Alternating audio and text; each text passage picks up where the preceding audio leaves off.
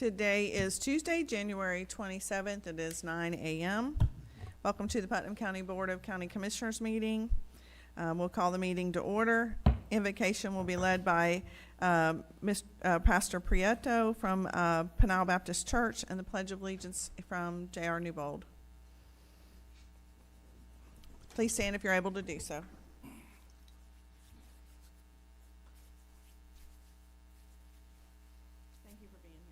Let's pray. Our Father, we thank you for this day. We thank you for your blessing upon our lives, and we thank you for this opportunity to serve you as we serve our community. Our prayer today is for wisdom and guidance. May your Spirit lead us to do what is right. Help us, Father, to minister to those in this community in a way that you've called us and led us to do. We pray, Father, for your blessing today and all that occurs here, and we pray this in Christ's name. Amen.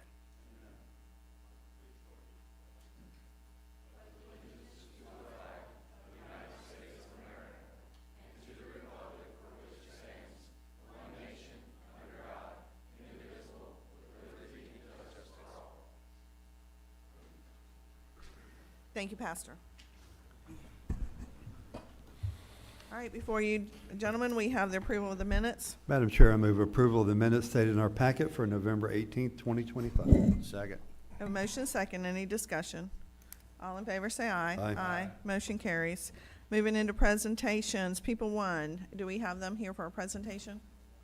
All right, y'all come on up.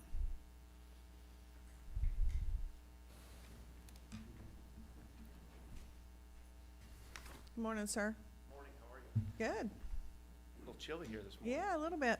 Coming from Boise, Idaho, it's, I was expecting a little warmer weather. Oh, I hear you. Just hang on a few hours. It'll. It'll come. Not like Idaho. All right,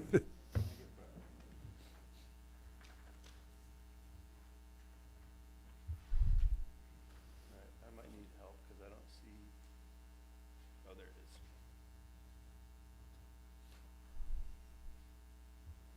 All right, we ready to go? Yes, sir. You might need to pull that mic to Just you a a little little bit. closer? Yes, sir. Is that better? Yep, thank you. Okay.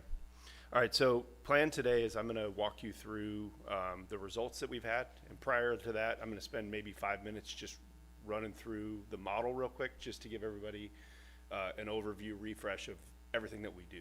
Very good. So I'm going to start out by saying this is kind of how we always talk to everybody we go with is imagine a world that's, I say, full of unicorns and rainbows, where we could just kind of do anything and everything that we want and the world was perfect. If you could bring a plan to your members that saves them money, bring something to the county that saves the health plan, the self-funded health plan money, has the best rated member experience in the US, and also has a performance guarantee that says we're going to come in and save you money, guaranteed. Worst case scenario, you'll spend exactly what you're spending today, but you'll give better experience to your members. Is that a world we'd all like to live in, right? Obviously, yes, of course we would, right? So I'm going to show you how we get there, and we're going to talk about that today. Ultimately, the problem that we're trying to help organizations like the county solve, over the last 10 years, cost of health insurance has gone through the roof. You know, the average increase over the last 10 years has been 53%. It's actually going up even more. When you think about primary care, when you go in to see a primary care physician, they see so many patients a day that on average you spend less than 8 minutes in front of them. So it's really kind of get in, get your medications, get out. You don't get heard. You don't have the ability to actually be listened to and try to understand what you're facing. The average cost of benefits per family out of pocket is about $9,000, a little less, $8,500.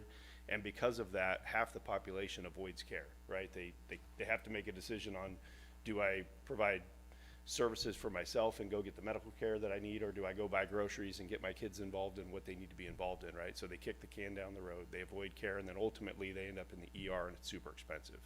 So we want to help avoid that. So I'm going to kind of tell you what we aren't to explain what we are, right? So we're not a replacement for health insurance. The Florida Blue plan that all the members have stays in their pocket. They still have that for when they need it.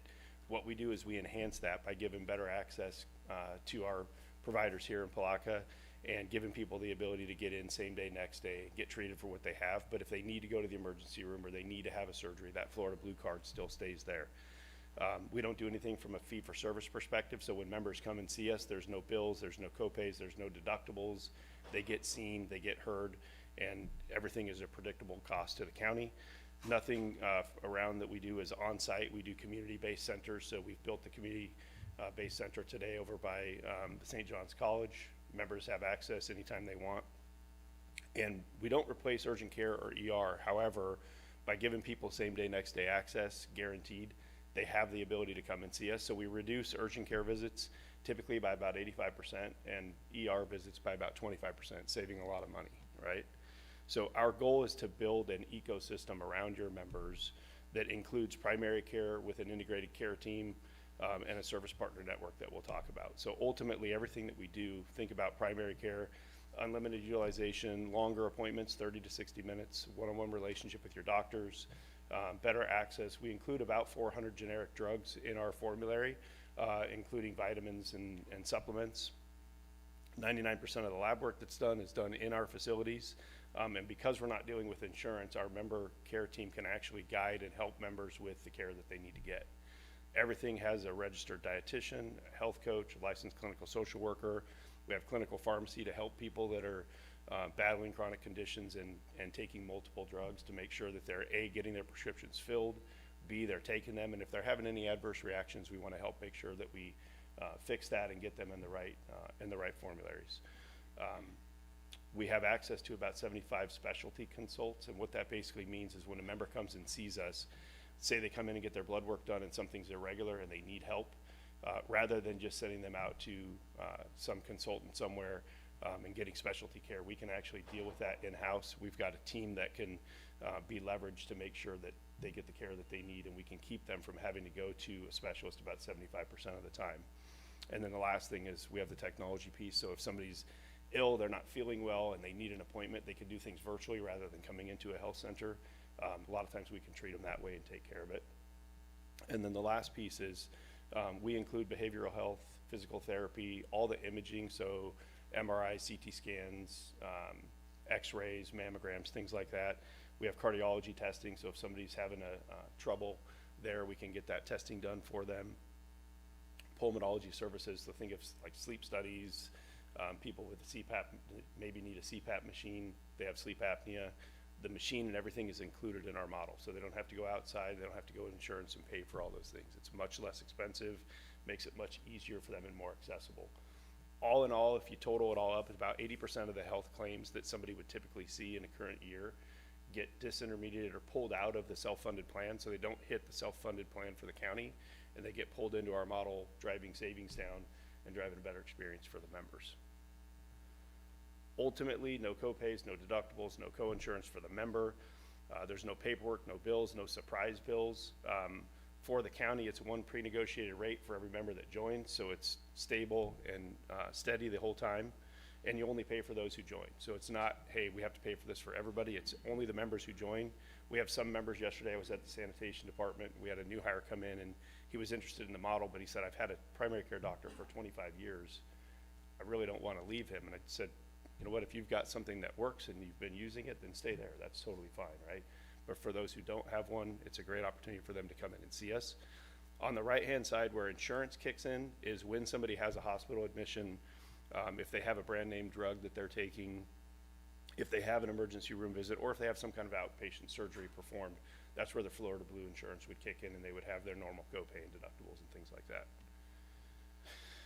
Last thing, from a member experience perspective, we hear this all the time from members, which is fantastic. You know, I don't know if you guys are familiar with NPS, Net Promoter Score, but it's really what any industry uses from a service network or service perspective to gauge whether something's good or bad. The experience I always use, most of us have been to either Apple, or we've had Starbucks, or we use Amazon, and those experiences are global brand names who have great member experiences when you use those services. They typically are somewhere around 75 from an NPS score. Our NPS score sits at 95, which in healthcare is unbelievable, right? Most people, the NPS scores for hospitals or primary care is somewhere around 30 or 35. So when members come and see us, they get the attention they need, they're heard, and they get the medical attention they need from our doctors, so they have a really high member experience and they love what they're getting. So, and we hear that constantly from folks from the county, so it's great. The last piece of this is, we talked about saving members money. I'm going to show you how we did that. We talked about saving the plan money. I'm going to show you that as well. The Net Promoter Score is 95, which is phenomenal and consistently the same.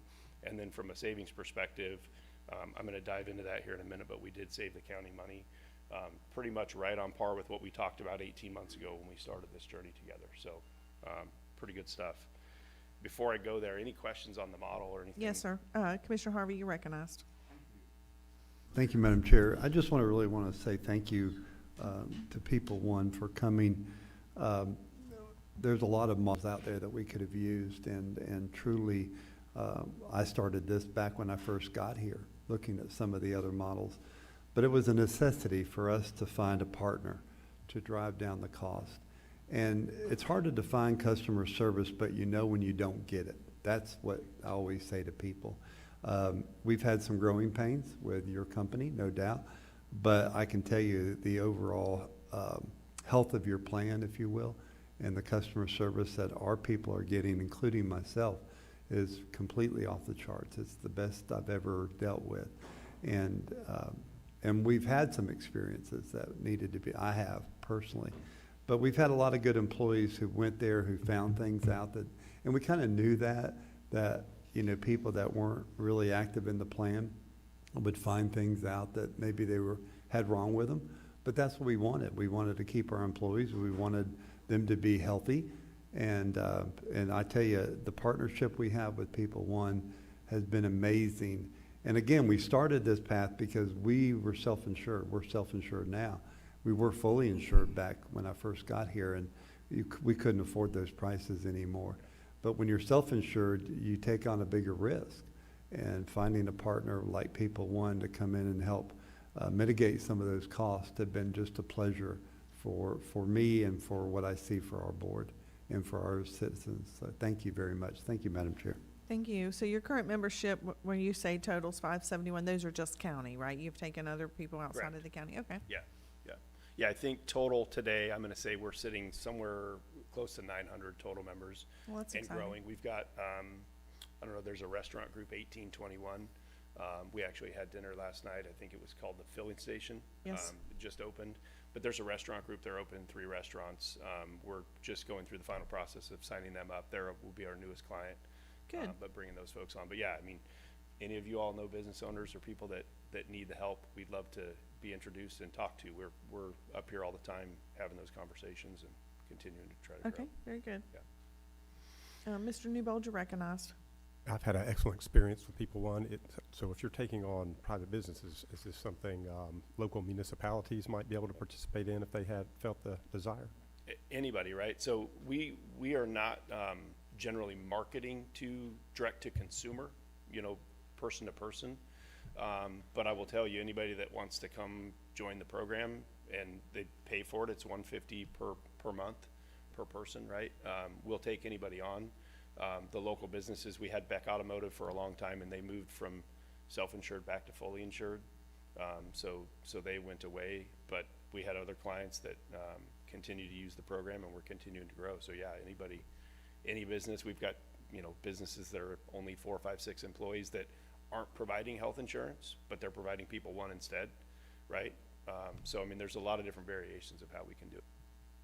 Yeah. Okay, good, keep going. Yes, please. Okay, so I'm going to transition from what the model looks like to our experience with you all over the last year, and what those results looked like. So we opened the health center back in July of 24. Membership has continued to grow steadily. I think you just said it, called it out. There's 571 current members. That was as of this morning. Yesterday we met with the Sheriff's Department. We were at the Sanitation Department, and we were here. We had employees coming in, kind of an open house type thing, and we signed up probably, I don't know, 15 or 16 more members, just by having conversations and explaining kind of what the program is. We've got about 50% of the total population is enrolled, which is fantastic. And we have over 80% utilization, which basically means of that percentage of the population that's signed up, we've had over 80% of them utilizing on a regular basis, which is really good. It's, Mr. Harvey speaks to people coming in who maybe haven't seen a doctor in 2, 3, 4, 5 years, getting their blood work done, finding things out, and then now working to fix those issues. So it's been very rewarding from that perspective. So I'm going to go first, I'm going to talk a little bit about the financial side of things. So when we started partnering with you all, your team had declared over the next year they were expecting about an 8.5 or 9% increase in costs, right? So fast forward 12 months, implementation of People One, members using the plan, the actual spend that you saw was a 2.5% decrease. And I can't emphasize this enough. That's total population. That's not just the members who signed up for People One Health and started getting treatment from us. We actually were able to affect the entire population. And the reason being is we started getting people with multiple chronic conditions that hadn't dealt with those situations or circumstances. We pulled them into the health centers, started giving them the treatment they needed, and it has a massive effect overall on what the health plan looks like and what it does, right? So to dig into that a little bit, if you look at this, I want to kind of center you on the bars. So the light blue is before People One, the dark blue is after People One. And when you look at the population, 50 to 70 is the population that spent the most, if you will. And those are more than likely people who are dealing with multiple chronic conditions. And we were able to have a massive impact on what that experience looked like for those folks. When you think about the average age, this is just a kind of a population breakdown, but the average age of people that we're seeing compared to non-People Health members is slightly older, about 8 years. Where the real magic happens is when you get into those chronic conditions we were talking about, right? So the top 4 chronic diseases or conditions within the county are diabetes, obesity,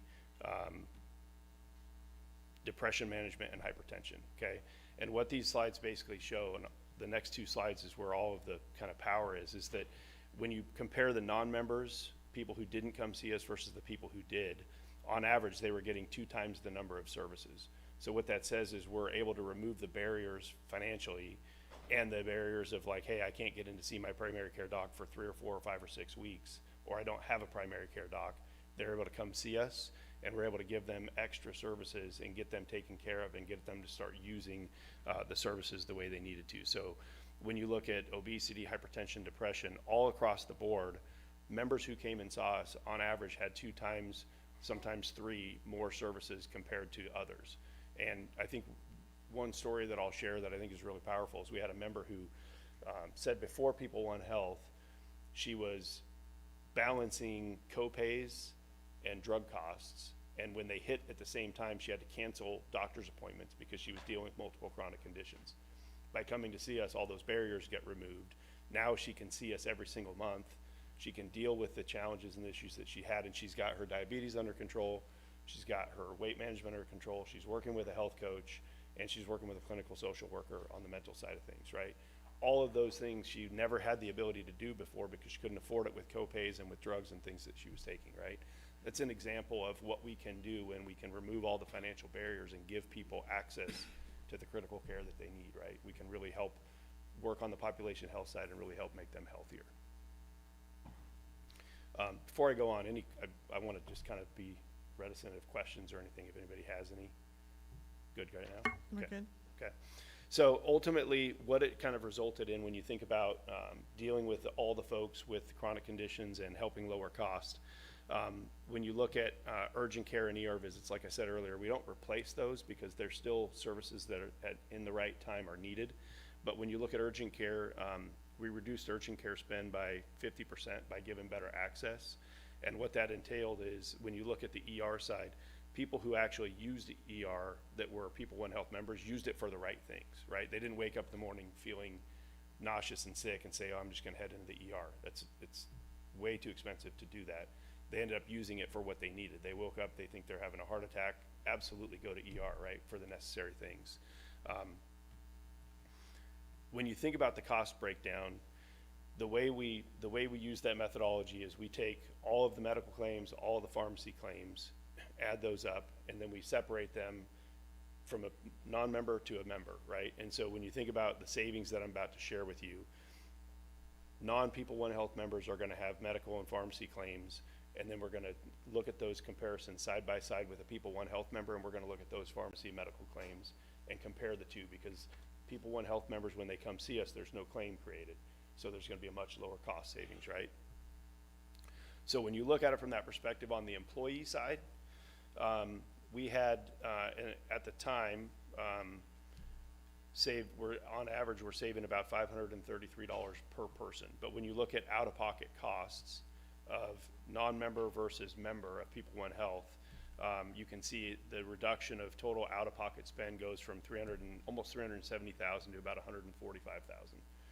So people that are coming and seeing us on average are saving a ton of money in co-pays, in pharmacy scripts and things like that. When you think about the savings to the county, and this is strictly on the claim side, there's about a $70,000 reduction in costs for you all. When we started talking to you guys 2 years ago about what this cost structure would look like and how much money we thought we would save you in the first year, the number we came up with that we presented was just under 70,000. It was like $67,450. So when you think about what we said 2 years ago and what we ended with, at the end of the first year, we were right on par with what that was. It was a little bit more, 70,000.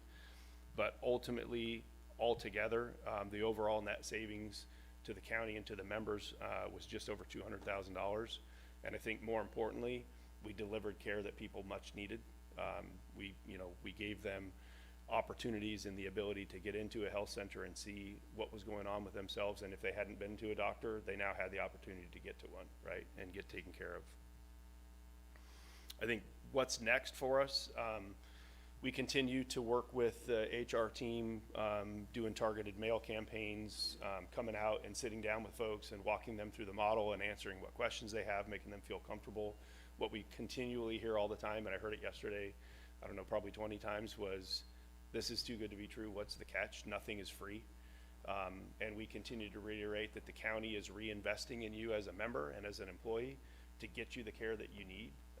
And make sure that you are able to remove the barriers around healthcare, so that you can take care of yourself. People very much appreciate that message. They hear it loud and clear. We're doing a ton of on-site events. We're doing new hire welcome kits and working with the team to make sure that we get them what they need. On the community side or on the partnership side, we're continuing to try to be a part of local events, and continuing to try to recruit more clients and more businesses and more folks in the community. We're doing health center open houses and tours and things like that periodically, and then trying to work with the chamber and find ways to engage other businesses within the organizations. A couple of things that I wanted to just kind of give a high level overview on is we're expanding some pharmacy care. So today when a member comes in and they meet with their doctor, they talk to a clinical pharmacist, they can understand, like, hey, I'm taking these medications. If I switch to People One Health, I can now get these medications for free. One of the services that we actually provide is we have the ability to look at pharmacy overall from a total perspective to see what prescriptions people are taking, and if it's something that we can pull into our pharmacy to lower cost and give them access to other drugs that are generic rather than name brand, we can start doing that. So we're actually bringing that into the county as well, hoping to drive not only savings, but giving people the ability to look at what prescriptions they're taking and pull those in so we can pull them off of the name brand and get them into a generic setting. And then the last piece is from a cardiac perspective. I'm not a doctor, so I don't know a ton about this, but there's Holter tests, which in the past, when somebody's having cardiac issues, we have to send them out immediately to a cardiologist. But we've actually invested in these devices that we'll have in our health centers where we can do a lot of that testing in-house right now, saving them from having to go to a separate appointment or separate visit. So those are some of the things that we're working on right now. More to come, but we're thrilled with our partnership. The team at the county has been amazing to work with. We've had a great time getting to know them and work closely with them. So again, I'll say to you, if you know any business owners or know people that want to expand and look at healthcare in a different way, Grant is with me, our VP of Sales. He's here all the time. We would love to talk to people and continue spreading the word and delivering great care to people. All right, thank in you. Putnam County. I've got Commissioner Harvey, you recognized. Thank you, Madam Chair. On another note, when you talk about pharmacy, I take a breathing thing for asthma, and I get it from Canada, actually pretty cheap. So would that be something that People One would look at if there was a need that, you know, my breathing disc thing. Yeah, I mean, look, we're willing to look at anything. The more we can get in the formulary, the better. So, I mean, we're willing to look at anything and everything to see if it's something that we can take care of. So I'll follow up with you and Good, thank you. and get our chief medical officer involved, yeah. All right, Ms. Young? Thank you, Commissioners. I just want to echo, a year and a half ago when we started this journey, it was a little bit scary. It was a model that not many had incorporated. But we, as an insurance committee, saw the writing on the wall, and that was what we were doing wasn't sustainable. And most of us that have been here a long time, it took us about 3 years to find this particular solution. But I am telling you that from the feedback from employees, not the ones that he spoke about, it's making real, true, meaningful impacts in our employees' lives to bridge that access to care. For those of us who have lived in Putnam our whole life, we know we've had some really amazing physicians, but the capacity for them to care or to provide care has been very limited by the number of physicians that we have. So when we started doing member polls, what we found out in our insurance group was people simply didn't have a primary care doctor. They felt relatively healthy, but they weren't going to fight and wait for 6 months to get in to see a primary care physician just to establish care. This has taken all of that off. And what we saw in the first 6 months is a number of individuals who had no known health conditions come back and say, hey, I met with People One. They told me I need to do this quick test because it's time to do it. And they found something that could have been catastrophic had it not been found now. And so we're reaping the benefits not just of tangible savings, but of the intangible big claims haven't hit, and the intangible of having employees who are healthy and confident in what they're doing. So I just want to add, from an administrative standpoint, as we meet biweekly with People One about what we can do next. How can we make it better? What's the next step in this goal? Where are we still having a gap in our coverage or our care for our employees? They've been very receptive, and the results are speaking for themselves. Thank you. Mr. Suggs, you're recognized. Thank you, Madam Chair. You know, one of the things that we do every year, we go to our conferences throughout the state, and this is one of the things that we bring up every year when we have our managers' meetings. The things that we have done here in Putnam County, look at doing cost savings and providing health care benefits to our staff, because as you know, that's one of the rising costs that all counties and municipalities have to deal with. So this is one of those things that we get to tout when we go to those classes. You know, it's an amazing opportunity for our staff to get healthier, and that's one thing that we pushed. You know, we always look at the bottom line as far as the cost savings, because insurance costs go up every year. You know that. But the more important factor here is what it's done for our staff here at the county, giving them the opportunity and the access to a great group like People One. You know, so that's one of the things that we get to tout every year, and I'm most proud of that. That's a great thing. You know, and the message is loud and clear. I just got a text message from full disclosure, from my wife who serves on a nonprofit board, asking me to set up a conference call with their group next week. So thank you for what you're doing in this community, because you're making our community so much more healthier. And so, and thank you to the board for allowing us to do this 3 years ago. Thank you. Thank you. Thank you. Commissioner Harvey. I think it's important, and Julianne and Mr. Suggs kind of said it, our community is getting better. You're partnering with some of our local people anyway. So it's not like you're replacing them. You're just enhancing that for us. And I think that's the important part. You know, years ago when we served on the insurance committee, again, we couldn't sustain what we were dealing with. But the unknown cost, like you said, people go into the ER just because they feel sick. Well, that cost was enormous. And if we can avoid that, and the prescription costs were getting out of hand. So we've been able to attack those two things. But again, our biggest asset is our employees, and keeping them healthy and keeping them fit and their families healthy, that's a good thing for us. So we've avoided costs, but we've enhanced our community with people like you, and we've enhanced our employees to have a better health plan. And like you said, some people didn't even know. They went to the doctor, they found out, but they're managed now instead of all of a sudden a big blow up, ER visit, life flight, a hospital visit. All that was avoided in some cases because of that. So we appreciate that. Thank you, Madam Chair. Thank you. Commissioner Alexander, you're recognized. I just want to thank you for coming in and presenting. It's kind of opened my eyes, and I understand a little bit better now. My background is not in healthcare. My wife's maybe. She gets all this, but I come from a mechanical background, and basically what I've gleaned from the presentation that you have, it's no different than what I've done for my entire life. If you do the maintenance, you're gonna your motor's gonna last longer. You change the oil, you do the simple things, and what you guys have done is open that door to allow our employees and our group the opportunity to do that without it being an issue. And it's detected those problems, and you're gonna live longer, and it's gonna cost you less money in the long run. So I get it now. Thank you, guys. You're welcome. Thank you, sir, for your presentation. We appreciate it. You're welcome. Thank you guys for the opportunity. Appreciate it. Yes, sir.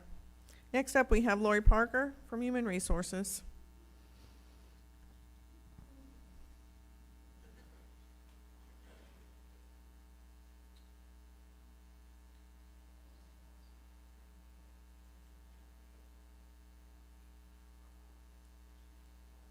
Good morning. Good morning. We're doing this presentation for Employee of the Month, and it's for December. And the Employee of the Month is Misha Johns from the library.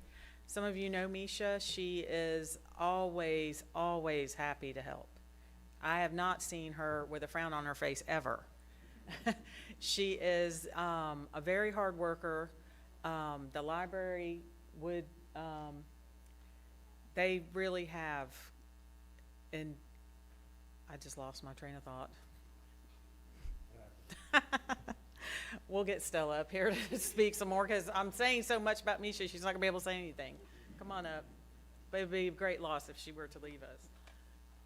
There you go. Thank you. Good morning, Ms. Stella. Good morning to each of you in your respectable places. I would like to present this award to Misha Johns. Misha is when Misha came, she was partially equipped, but now Misha is completely equipped. Misha has recently graduated with her MLIS. So she now has a master's in library and information sciences. Very good. So we would like to present this to her, but I'll finish what Lori forgot. Misha is one of the people who actually assists me in multiple ways. She's sort of like the person I was to Steve. Whatever you need, she's right there to help make it happen. She's also a team player, a team worker. She goes the extra mile to do whatever needs to be done, whether it's staff, patrons, or whomever. When you call Misha, she doesn't know Misha's coming to my office. We're gonna come up with a solution, and we're gonna try to get you whatever information or whatever services you're looking for. So like I told Misha when she came, I'm an encourager. So I told her day one, you should go to school and get your master's, because I don't plan to be here forever. A lot of people say I already have been here forever. But I really don't plan to be here forever. I got that grandbaby, I think that kind of did it. But I do want to applaud her for her services, and her customer service skills are great. She's the person that steps up whenever I'm absent. She and one other employee, they work very well together to make sure things are continuing to happen, whether I'm in the place, out of the workplace. Thank you all very much for this presentation. Thank you. Thank you. Congratulations.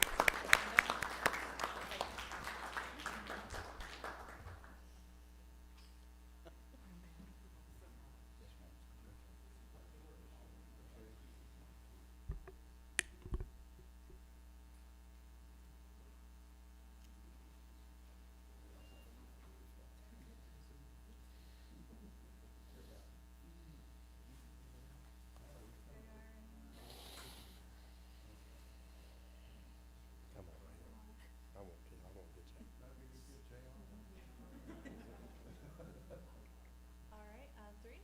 1, 2, 3. One more. All right.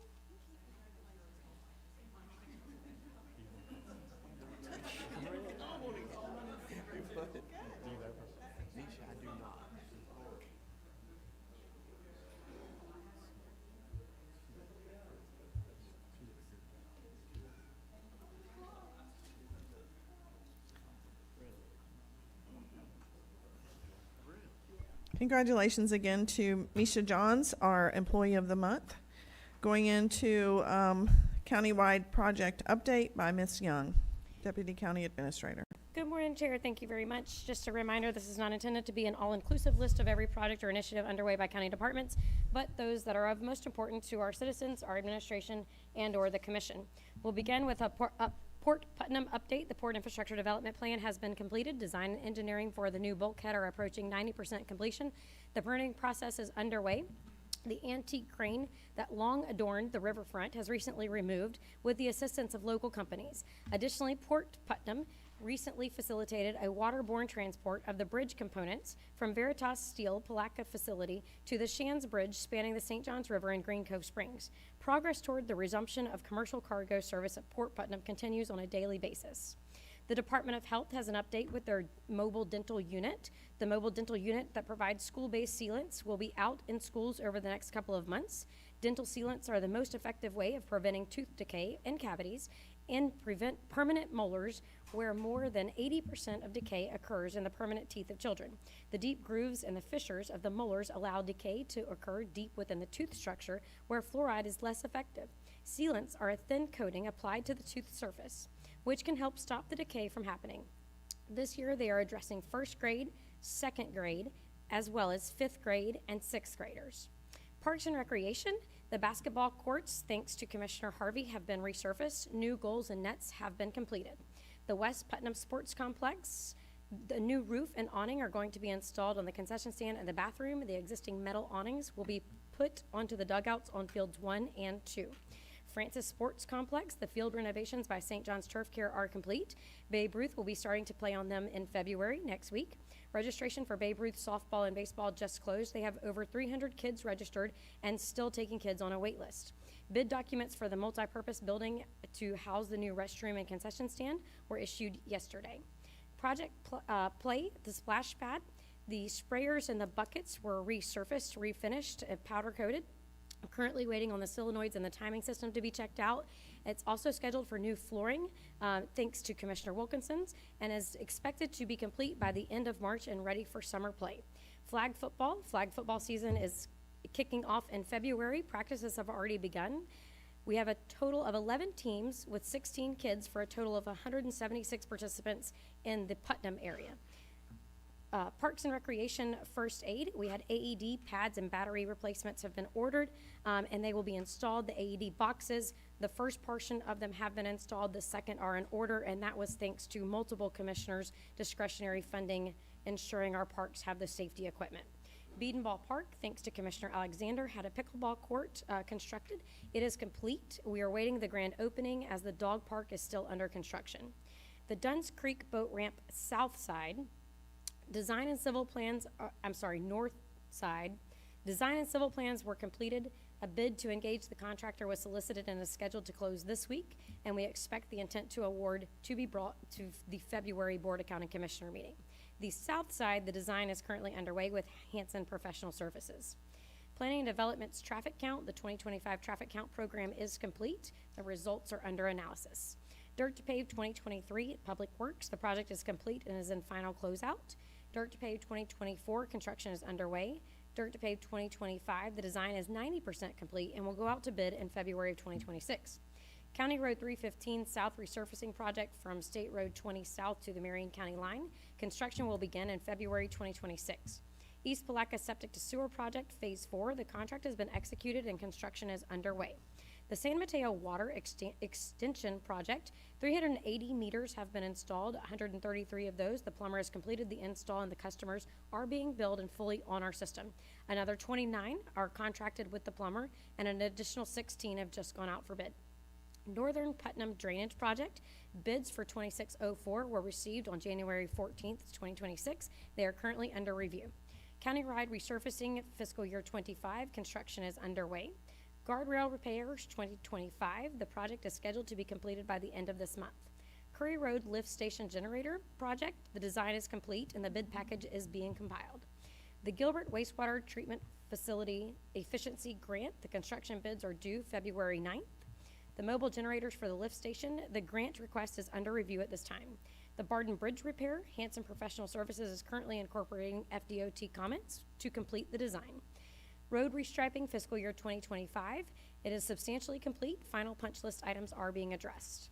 The HMGP Putnam County Lift Station Generator Project. The project is substantially complete and final closeout stage is happening. The Gilbert Wastewater Treatment Expansion. The design proposals are in review. The Palmetto Bluff Road Project, design awarded to Takoi Engineering and Baxter Woodman. That concludes our project updates. Right, are there any questions? So, the Francis Field, I know we're putting in some infrastructure out there. How is the water and sewer line going? Well, Mr. Knowles is designing the water and sewer that will extend it from the city lines and run into ours. And then we will proceed with the city. We have had some initial meetings with them and are making progress. They've agreed to use our design, that type of stuff. Okay, so as long as it's moving forward. Yeah, so the survey is complete. It's being put on paper now, and then Mr. Knowles will finish sealing it and signing it so we can put it on the street. So that it is in progress. The survey's done. It was done a couple weeks back, so it's probably getting real close to being ready to hit the street. So we feel confident or have some level of confidence that the city's going to allow us to tap into that line? I would think, because it lies inside the city limits of Palatka. It's not like we're taking it outside. So one thing we were doing is I asked them if they would allow us to. They said yes. The only thing we had to do is hire a contractor, and they would accept our design. So Okay, we have not had any. They've provided us a formal letter as to the action steps Okay. to move forward. all right, very good. Are there any questions for the presenter? Commissioner Harvey, you recognized. Thank you, Madam Chair. Julianne, will you explain the Georges Lake boat ramp situation? Yes, sir, I will. The Georges Lake Boat Ramp, the Board of County Commissioners approved the purchase. Contingent upon that sale is the seller is doing the lot split in accordance with the diagram as to what has to be split to the county. The seller, that parent parcel is a much larger parcel, so the seller has requested to do his lot split, multiple lot splits all at one time so that he can go through planning at one time. So I got an update this morning from Mr. Michael. The seller has provided us a survey. We now will vet that with our county surveyor to make sure everybody's in agreement, and then we will be able to move forward. The closing was originally scheduled for this week. We've already been in contact with the seller. Everybody's mutually agreed that we can extend that timeline in order to get everything through planning and zoning. So am I understanding that he's wanting to carve out multiple other parcels besides the boat ramp parcel as part of this process? Is that what you're saying? I haven't seen the survey personally, but I do know he wants multiple, so he wants to take that parent parcel and kind of divide it at one time rather than having to go through that division process multiple times. Well, I can appreciate that, but I don't want our purchase contingent upon him getting some kind of a multi-subdivision or whatever it is he's trying to do. I don't think it's that extensive. Michael, you go ahead. Michael Graves, Planning and Development Services, for the record. When it comes to the project at hand, he is first doing the split for the sale of the boat ramp, after which he is doing a combination of potentially Type 2 and Type 4 subdivisions in order to sell the remaining land to other developers. Okay, that wasn't what I understood, so thank you, I'm glad, thank you. Anybody else? All right, Commissioner Newbold, you're recognized. Will that water extension project at Francis Field be completed in time for the summer invitational? Or will Francis Field be a part of that program? So Francis Field is definitely already been awarded the hosting tournament for the Babe Ruth Baseball District Tournament. We are going to push, but I make no promises. We will have a contingency plan for, essentially those FEMA-type trailers for additional restroom facilities should we get to a point where we know we're not going to quite make that tournament date. So it's not contingent on It is not contingent upon that. Thank you. Yes, sir. Commissioner Palacier. I had a call, well, actually a couple of them, wanted to know the purchase price and did we pay more than the appraised value? And I didn't think that was the case. We have to pay what it appraised. You're referring to Georges Lake? Yes, Okay. I'm sorry.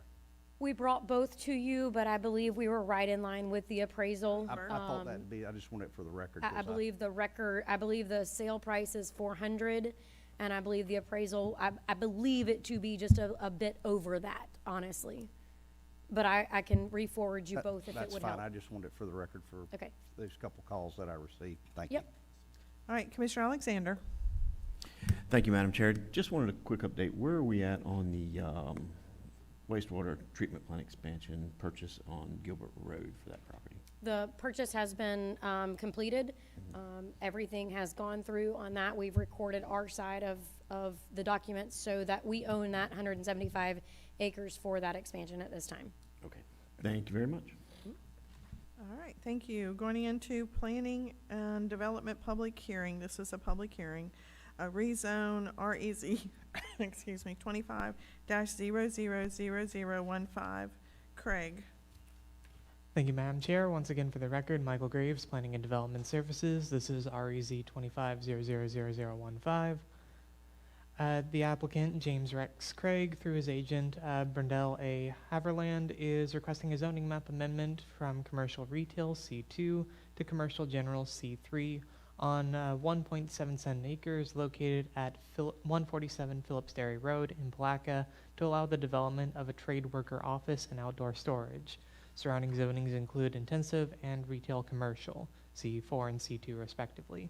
The subject site has a future land use designation of commercial. The parcel has approximately 350 feet of access from Phillips Dairy Road, and according to the National Wetlands Index wetlands layer and the FEMA flood zone layer on the GIS reference map, the lands do not appear to contain wetlands and they are in FEMA flood zone X, which is not a special flood hazard area.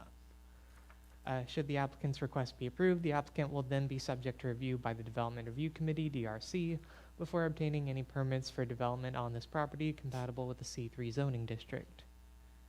Here you can see an aerial overview of the property, and here you can see a zoomed out aerial overview as requested by the Planning Commission. Here you can see the future land use, and once more a zoomed out view, the zoning, and the zoomed out view again. Going back to the zoning, if I can zoom in real quick, the property immediately to the left of it on this map was recently rezoned from C2 to C4 by the Board of County Commissioners last year.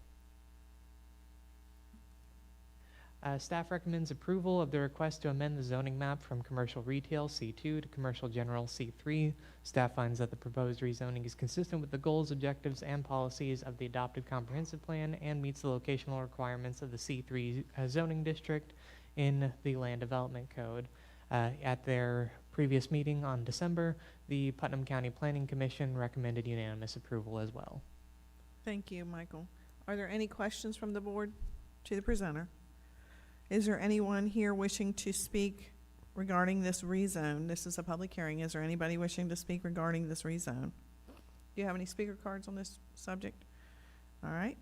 Back to the board for discussion and recommendation. Madam Chair, I move approval of ordinance number 2026-004, amending ordinance number 24-12, an ordinance of the County of Putnam, State of Florida, amending the official zoning map for Putnam County Incorporated into Article 2 of the Putnam County Land Development Code, ordinance number 2024-12, rezoning 1.77 plus or minus acres, commercial retail C2 to commercial general C3, providing for severability and effective date, case number REZ 25-00015, James Rex Craig. All right, we have a motion on the floor. Is there a second? Second. Second. Any discussion? All in favor say aye. Aye. Aye. Motion carries. And why Commissioner Harvey has to read all that is because he has to. So we don't have a choice. Otherwise, trust me, we would move it a lot. Or a the lot attorney has to. faster. One of you. Yeah. REZ 25-000016, 7S Ventures and DLE Consulting. Thank you again, Madam Chair. Once again, for the record, Michael Graves, Planning and Development Services. You're going to be sick of hearing that by the end of the day. This is REZ 25-000016. The applicant, 7S Ventures LLC and DLE Consulting Inc. are requesting a zoning map amendment from Commercial 2 C2 and Residential Estate RE to Commercial Retail C2 on a 1.85 acre parcel located at 147 South Highway 17 in East Palatka to allow the development of indoor storage. Surrounding zonings include intensive and retail commercial, C4 and C2, as well as residential estate. The subject site has a future land use designation of commercial and urban service, US. The parcel has approximately 150 feet of access from South Highway 17, and according to the National Wetlands layer and FEMA flood zone layer on the GIS reference map, Lands do not appear to contain wetlands and is located within FEMA Flood Zone X, which is not a special flood hazard area. Should the applicant's request be approved, the applicant will then be subject to review by the Development Review Committee, DRC, before obtaining any permits for development on this property compatible with the C2 zoning district. Here you can see an aerial overview of the property. And once more, the zoomed out aerial overview of the property. The future land use, you will note the division near the southern end of the property. Here you can see the zoomed out view. And you will notice on the zoning that the split between the future land use is the same as the split between the zoning. They are simply wanting to make it commercial all the way through. Here you can see the zoomed out view one more time. Staff recommends approval of the request to amend the zoning map from commercial retail C2 to residential estate RE to commercial retail C2. Staff finds that the proposed rezoning is consistent with the goals, objectives, and policies of the adopted comprehensive plan and meets the locational requirements of the C2 zoning district provided in the Land Development Code. At their December meeting, the Putnam County Planning Commission recommended unanimous approval as well. Any questions? Are there any questions for the presenter? All right, this is a public hearing. Is there anybody who wishes to speak on this subject? Do you have any cards? All right, back to the board. Madam Chair, I move approval for ordinance number 2026-005, amending ordinance number 24-12, an ordinance of the County of Putnam, State of Florida, amending the official zoning map for Putnam County incorporated into Article 2 of the Putnam County Land Development Code, ordinance number 2024-12, rezoning 1.85 plus or minus acres from commercial retail C2 and residential estates to commercial retail C2, providing for severability, and an effective date, case number REZ 25-00016, 7S Ventures and DLE Consulting. Second. All right, we have a motion and a second. Any discussion? Other than I'll say that this, I'm glad this is getting cleaned up. All in favor say aye. Aye. All opposed, like sign. Motion carries unanimously. Thank you.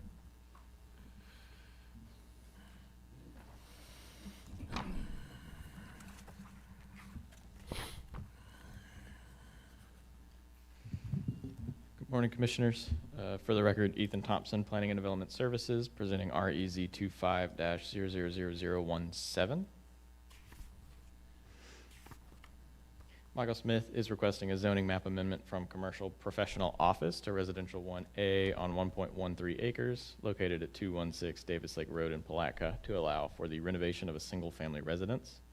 The surrounding zonings include commercial professional office and residential 1A. The subject site has a future land use designation of urban reserve. The parcel has approximately 286 feet of access on Davis Lake Road according to the NWI, wetlands, and FEMA flood zone layers. On our GIS reference map, the parcel does not appear to contain either jurisdictional wetlands and is located within FEMA flood zone X, which is not special hazard. Should the applicant's request be approved, the applicant will be eligible to obtain any applicable permits for residential development allowed within the R1A district. It was brought up at the Planning Commission meeting, so it's worth noting here that the applicant was already given a building permit to improve the doors and windows of the structure. That's where we caught the out of compliance zoning, and the rezone will be necessary for him to be eligible for any building permits in the future. Here is an aerial of the property. We've got the zoning, the future land use, and the flood zone. Staff recommends approval of the request to amend the zoning map amendment from commercial professional office to residential 1A. Staff finds that the proposed rezone is consistent with the goals, objectives, and policies of the adopted comprehensive plan and meets the locational requirements of the residential 1A zoning district provided in the Land Development Code and the comprehensive plan. In their December 10th, 2025 meeting, the Planning Commission voted unanimously of the same. Are there any questions for staff? Commissioner Harvey, you recognized. Thank you, Madam Chair. So my understanding is we're really just trying to clean up. There's a house already on the property, correct? Yes, sir. We caught it in a commercial zoning. So for us to clean this up, we need to go back to residential. Yes, sir. Long story short is it was all one parcel at one time. The house has been there for longer than we've had zoning. He did a lot split in 2022 to separate one from the other to have a commercial area and a residential area, and we're just now getting to the rezone aspect of that. Thank you. Thank you, Madam Chair. So have we confirmed that there's no commercial activities going on this property? We have. Okay. This will be, this half of the parcel is strictly residential. Okay. Are there any other questions? All right, this is a public hearing. Is there anyone who wishes to speak on this item? REZ 25-000017, Michael Smith. All right, seeing none, go back to the board. Madam Chair, I think it's my day. I think it is.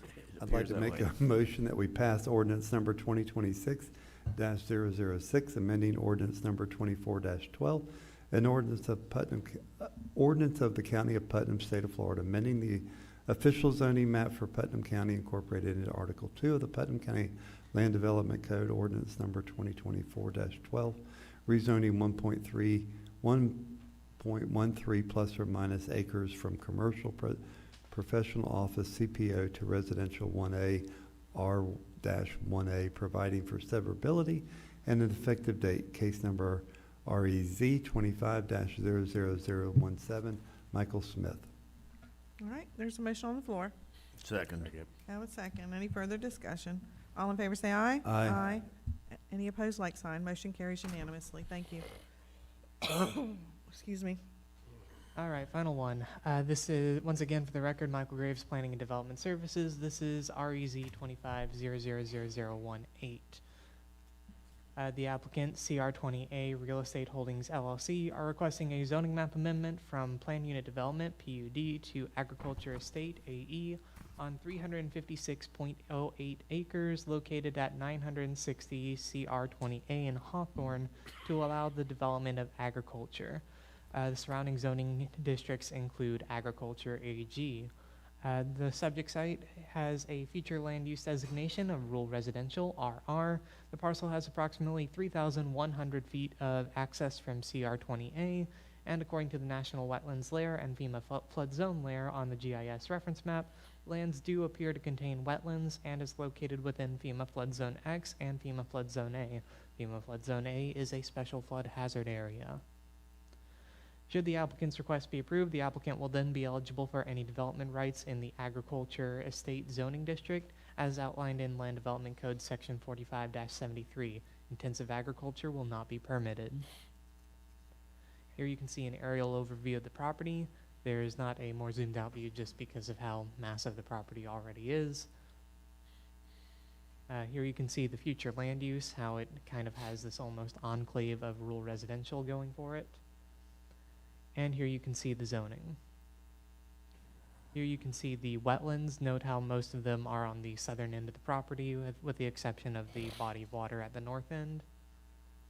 And the FEMA flood zone, where the purple at the bottom is the FEMA flood zone A, which pretty much lines up with the wetlands. Staff recommends approval to the request to amend the zoning map from Plan Unit Development to Agriculture Estate. Staff finds that the proposed rezoning is consistent with the goals, objectives, and policies of the adopted comprehensive plan and meets the locational requirements of the Agriculture Estate Zoning District as provided in the Land Development Code and Comprehensive Plan. At their December 10th, 2025 meeting, the Putnam County Plan Commission recommended unanimous approval as well. Are there any questions? Commissioner Harvey, you're recognized. Thank you, Madam Chair. Fellow board members, this one particularly worries me, and not worries me, I'm glad for what took place, but we have a lot of PUDs out there, PUDs, that haven't been inactive. And I was talking to you this morning, Michael, about this. It's kind of always been a sore subject for me.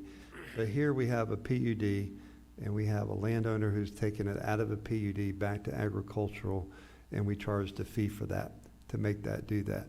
Where we could have had a reversion clause, or maybe there's one in here and we haven't found it, where if the PUD isn't enacted, it would go back to the original property zone at that point. I think we need to look at that going forward, because we do have some inactive PUDs. And Michael, you were telling me that you're going to be starting, where did I learn to talk?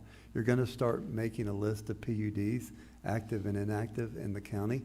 I think that's important because what we see, or what I've seen in my tender sitting here, is we have people that come before us wanting a PUD. They get it with no intention of really doing anything to the property or maybe selling it to a developer down the road. I would almost like to force them to do something sooner than later. But this is one of those cases where we're getting rid of planned unit development and we're going back to ag, which is a good thing. It's great for our density, and we charged a fee for that where a reversionary clause probably could have took care of that. So those are my comments. Thank you, Madam Chair. Thank you. Commissioner Alexander, you're recognized. Michael, thank you for presenting this, and I echo Mr. Harvey's comments. So this, I guess, would be the educational section for me as a new commissioner still. I know I'm moving into my second year, but there's quite a bit I'm learning. So when a PUD is put into place, it will conform to the regulations at that point in time. But as they change throughout, as the regulations may change throughout time and it doesn't conform, what are our options as putting, for lack of a better term, an expiration date on a PUD that you have to do something by then, or it reverts back to its initial purpose? So a planned unit development is essentially you're creating your own zoning district. When you create that development agreement and it gets approved by the board, it is essentially frozen to that development agreement. We have PUDs out there that most often are RV parks, which will be an RV park forever. There's one semi-infamous one down in Crescent City, which can only ever be a tire store until they get a rezone out of that PUD. They can never have, say, a barber shop or a restaurant or a house on that same property because it only allows for a tire store in their development agreement. Anything that isn't specified in the development agreement falls onto the land development code. So if they would want, say, a buffer that is a fence and a row of trees, and they would normally have to give us a row of trees and a concrete wall, if they say in the development agreement that they just want the fence, then the development agreement would let them bypass the wall and just have the fence. And that lasts essentially as long as the development is made. The planned unit development is good. Most planned unit developments, not all of them, but most of them, especially after we started implementing this, have a time limit to develop, where if they don't have a certain criteria met within a certain time period, they stop, no more permits will be issued, and they would have to come back for either a new planned unit development, a time extension, or an amendment to their existing planned unit development.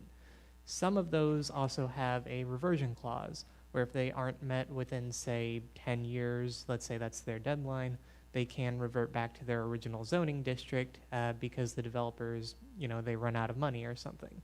This was a popular idea in the early days of planned unit developments to have the reversion clause. It fell out of favor with developers, however, because a lot of them learned, hey, if I don't have a reversion clause and it stays that PUD, and then suddenly I have a slightly easier path to restart it or reboot it without having to go back to the original zoning. Which from a developer standpoint makes a lot of sense because it's trying to fight up less of a hill almost. However, this does create a lot of issues with essentially undevelopable lands. We have this one here, which is completely undevelopable for 300 acres until we change the zoning. Last year, we had one that was on 16 acres at the north end of the county, where a small piece of that was a PUD. But because that PUD was there and it was all one parcel, none of that land could be developed until that PUD was removed, which thankfully the commission did. We have other planned unit developments throughout the county that many would argue probably no longer need to exist. There is Beacon Landing out on Drayton Island, of course, which that one's a story for another day. We have the tire shop that I mentioned before, and we have countless others that are either inactive or never developed. A famous one is, of course, the East River, I want to say Estates or something like that. No, Riverbend Estates, that's the one. The massive development that was going to be multifamily residential out on East River Road that never took off because of the housing crisis. Thank you, Michael. Yes, thank you very much. I appreciate you explaining that for not just for me, but for those in the cyber world too. It's educational. Thank you. All right, this is a public hearing. This is meeting 1 of 2. This is REZ 25-000018. Is there anyone wishing to speak on this item?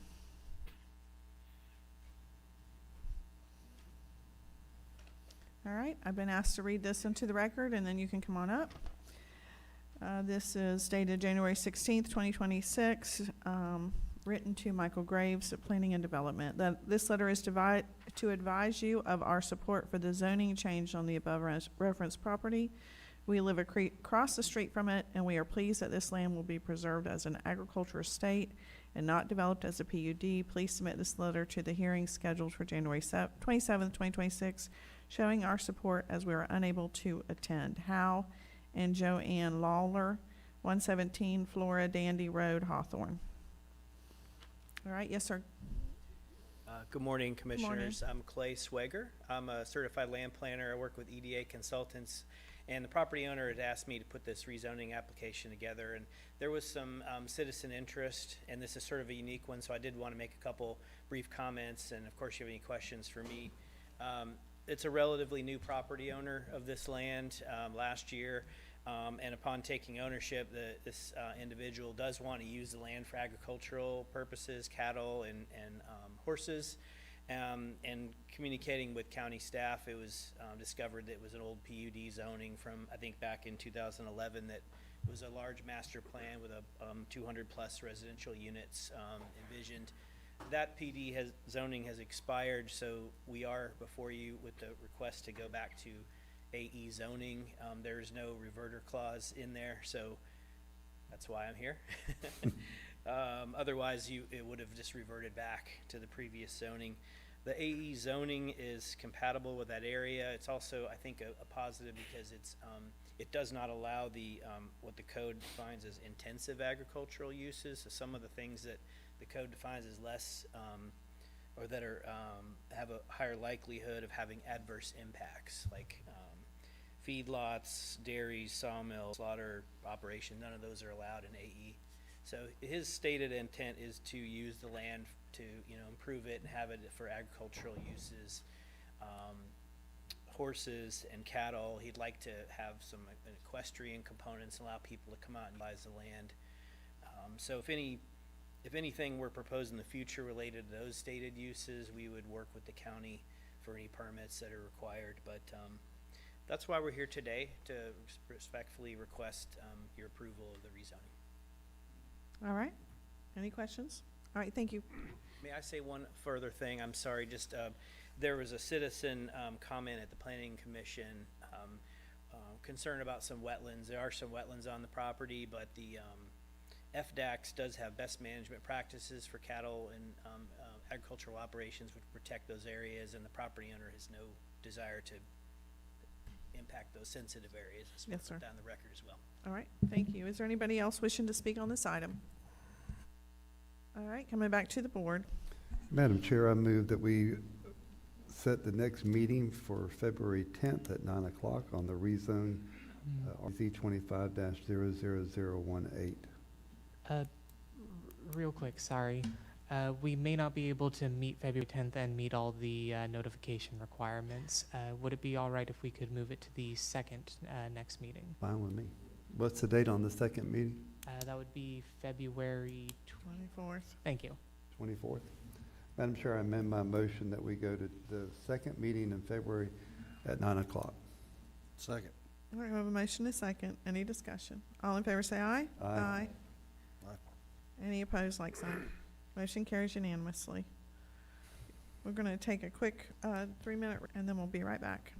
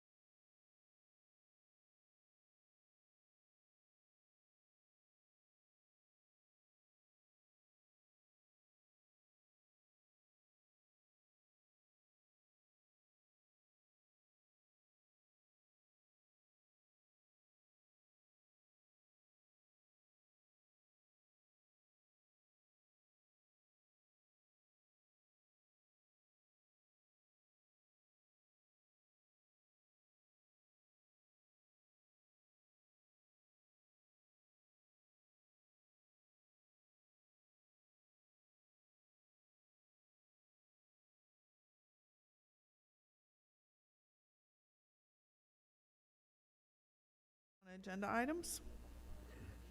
This portion of the agenda is designed to allow citizens an opportunity to bring matters to the attention of the board. It is not reasonable to expect that the board will engage in debate or deliberation about matters on which the board has received no prior information as part of the agenda.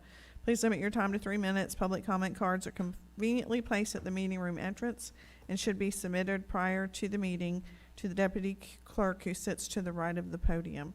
Right now, we're going to go into consent agenda items. If you've got your agenda, it's on the back wall. If you don't have it, we'll go into consent, new business, code enforcement, and then anything after that. And we'll call on code enforcement individually for public comment. And then after that, we'll have all the miscellaneous comment that's not on the agenda. So at this time, do we have any items for the agenda items? Okay. No public comments on agenda items. Consent. Is there any commissioner wishing to pull? Commissioner Harvey, Pelletier, I have none. Alexander?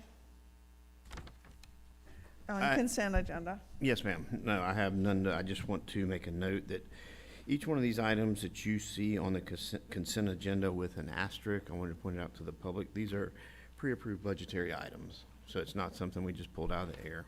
So that's all I wanted. Commissioner Newbold? Nothing to pull. All right, we only have two today, A and B. Madam Chair, I'd like to make a motion that we approve consent agendas. This is a long list today, item A and B. Second. We have a motion and a second. Any discussion? All in favor say aye. Aye. Aye. Motion carries unanimously. New business administration, fiscal year 25-26 first quarter budget reports. Oh, Briar's getting-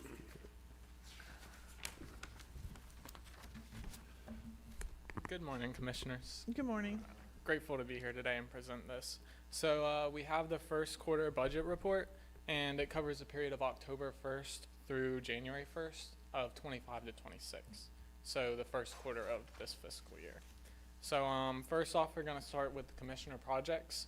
So in District 1, these are the projects that were completed. Lake Como Shuffleboard Courts, an arm for rescue for South Putnam, they bought it. And then the South Putnam Sports Complex mower and the South Putnam Sports Complex tractor. For District 2, the Bostwick Community Park shade structure was completed and the Public Works trailer was purchased. And then Animal Services Facilities shade trees had expenses in it for that project, and the splash pad florist had expenses this year. And there are other projects, but they just have encumbrances, so they haven't had actual expenditures in the moment. For District 3, the Pico Road boat ramp repairs are completed. The San Mateo Park playground, the turf mower, the arm for rescue was purchased. The Pico Road boat ramp parking lot striping was completed. And then there were expenses for Dunn's Creek boat ramp and the lightning detector at Theobald. For District 4, the West Putnam Athletic Field was completed, the San Mateo Park Playground was completed, striping project for the Melrose Library was completed, and another arm for rescue services was purchased. The boat ramps at IDA, Bullgreen, and Grandin were completed. The fairgrounds, asphalt, and milling at Maltby Building was completed.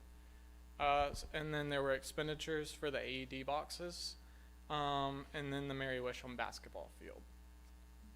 And that was District 4. And then District 5, the Johnson Community Park was completed. The tractor for Theobald was purchased. Another arm device, the Parks trailer was purchased, and the Public Works trailer was purchased. Any questions on y'all's projects? And those are the commissioner projects, and each year, each commissioner is allocated $250,000 to put those towards projects or purchases that they deem are necessary for the county. Okay, so now on to page 231, where we have the general fund. So our budget is cyclical, so it kind of ebbs and flows. There's times where it comes in more and then it trickles in, and that's kind of similar, or that's how it is with the taxes for the general fund. So we're at 78%, so $50,712,000 have been received, and the budget was $65,278,000. And again, we're at 78%. So we're at a good track, and the rest will kind of flow in. Our total revenue source for the general fund is at 73%. And then if you go down a little bit, for our expenditures, our personnel services are at 23%. And then operating is at 15, and then total expenditures percent is at 22%. And then at the bottom, we have the reserves. So we have 2.7 million in the reserves for contingency, 354,000 for reserves for the clerk, 3.96 million for capital outlay, and then 8 million for restricted cash balance forward, giving you 15,078,569 in the reserves for the general fund. And again, the general fund's looking good, pretty normal. Okay. And then for the transportation fund, so this is not as front tax heavy. So it's funded through taxes, intergovernmental revenue, so like state and federal funding, and then also transfers from the general fund. And right now, the taxes are at 27%, which is normal, and the total revenue source is at 11%, but that should come back. That'll catch all up. That's pretty normal for this fund. For personnel services and expenses, we're at 21%, and then total expense objects is at 17%. And then the reserves for contingency is 1,174,000. The future projects reserve is 1.5 million, and then the reserves for MSP roads is 47,000, for a total reserves of 470,000. And this fund is looking normal in comparison to other years. The fire fund is paid on the ad valorem tax bill, and it's front heavy, so it's going to be kind of like the general fund. So we're at 80%, so 5.6 million of tax revenue has been received. And then the total revenue source is at 74%. Personnel services is at 24%, and then the total expenditures are at 18%. And then you have $1,582 in the reserves for contingency, and then $539,000 in the capital outlay reserves, for a total of $1,540,000. And this fund is also looking normal. Okay. I will note that I have a minor error on the bottom, but I'll touch on that in a second. The sanitation fund is fee-based, as well as charges for like commercial services. So the commercial services help offset the fees, but you'll see that it looks a little different. Not different. It looks different than the other funds, but this is normal for it. Permits, fees, and special assessments is at 55%. Charges for services is at 30%. And then the total revenue source is at 49%. Expenditures were at 23% for personnel services and 16% for operating. And at the bottom, I added an extra 9 in the original reserves for contingency. So the reserves in the top chart, 41 million, is the correct, and it all adds up. But so the reserves for contingency regular has 3.191 million. The reserves for future projects has 12,827,000, and the reserves for escrow future projects is 25,243,000, for a total of 41,262,339 in the reserves. And the reserves for future projects and escrow are not really like super available funds. Those are for closures and future projects.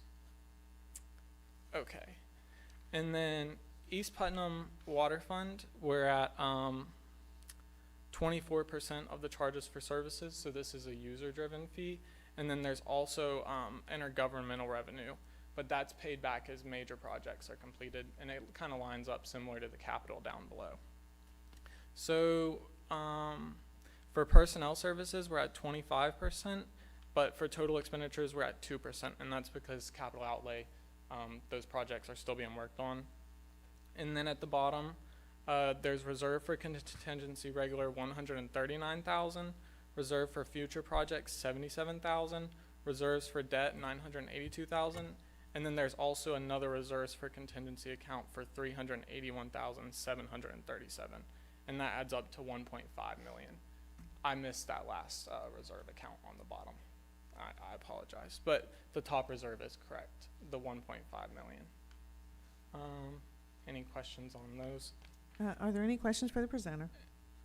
Yep, I think you're good. Thank you, Okay, Briar. thank you.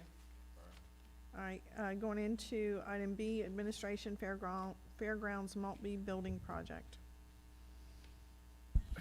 Good morning, Commissioners. As you know, we're in the process of building the new Maltby building at the fairgrounds. As we've volleyed this ball back and forth several times, we were given a finite pot of money from the state of Florida. As I've spoke to most of you guys, the building was designed to have full construction, as we thought we would receive funding from point A to point B to get us finished. However, that did not happen. So what we had to do is go back and do a redesign and put phasing sections in the plan as we were directed by FDACS prior to our last trip to Tallahassee, was to put a couple phase lines in here to try to make it happen. So in essence, what happened is when we had to go back and do a redesign of the building, it cost more money, which took some money out of the construction side. So what we did is we eliminated some pretty key aspects that I thought needed to be completed in there so we could have a not necessarily usable space, but something we could look at as not being quite so incomplete, like a concrete slab in the assembly area. The rough plumbing to come out of the floor so we know where the bathrooms are going to go. So we had to have some straight phase lines, and to put it all back between the cost of the redesign and the few pieces we need to put into the project that are good stopping points is going to cost us about $150,000 to put it at a stopping point until we receive additional funding. All right, are there any questions for the presenter? All right, I did have a quick question. go ahead. Mr. Grimes, so when we initially looked at this, our anticipation was completing it in a singular phase. And since the funding has not materialized as expected, we've had to modify our development of it. And what we're doing now is just to basically prevent any deterioration until that funding can be acquired, correct? So we can modify our plan to a phased approach. Yes, that's what we're doing now, is putting in a phased approach where we have a good stop line, right? And then that's what we had to do is they had to actually go back and dissect the building, is where can we stop, right? Because it was designed as a fluid from start to finish. So our architects had to go back and put stop lines in it, and this is just a few things that he goes, these need to be done to bring it to a stop, and these are the additional costs. There's some things in the mechanical that needed to be completed, and there was also when they pulled the concrete out of the floor, it just, from a perspective, it just looks incomplete, or any phase of completion without the concrete in the assembly area. So it was just one of those things we felt like we needed to put back in, so we wanted to approach you guys today about getting to that point. So basically what you're attempting to do is protect our initial investment until the additional resources can be acquired. Yes, sir. Okay, I get it. Thank you. Commissioner Harvey, you're recognized. Thank you, Madam Chair. Mr. Grimes, is there anything else that you'd like to do? I know you said the architect got you to a stopping point, but if it's going to take $200,000 to really accomplish what we should, or $250,000, is there some place that you'd rather go other than what the architect has given you to go to? The only thing that I would request in this particular phase was when they ran the initial water line into the fairgrounds for this building, they ran a fire line in for the building I think you guys built back sometime in the early to mid 2010s. They didn't put a backflow preventer on the main fire line coming in, so that means each building we build from here on out is going to be required a fire line or a backflow, right? Well, backflows have to be maintained every single year. You can put individual fire department connections at each building with a double check to keep it from backflowing. That's the only thing that's not in this particular phase, is a 6-inch backflow preventer for the fire line coming into the fairgrounds. That'd be one other thing that just called it yesterday as we were kind of walking through the project that is not in this phase. The current shell building will be fully fire sprinklered at the point, but it doesn't make sense to put one at that building, as if you look at future growth where we could just protect the whole fire line. So I would like to look at that. I asked the architect yesterday to give us some kind of idea where we would be and put a scope of work together for just putting in just that one backflow. So if you guys added a building in the future, you're not putting another investment into a backflow, just to go ahead and backflow the whole line coming in.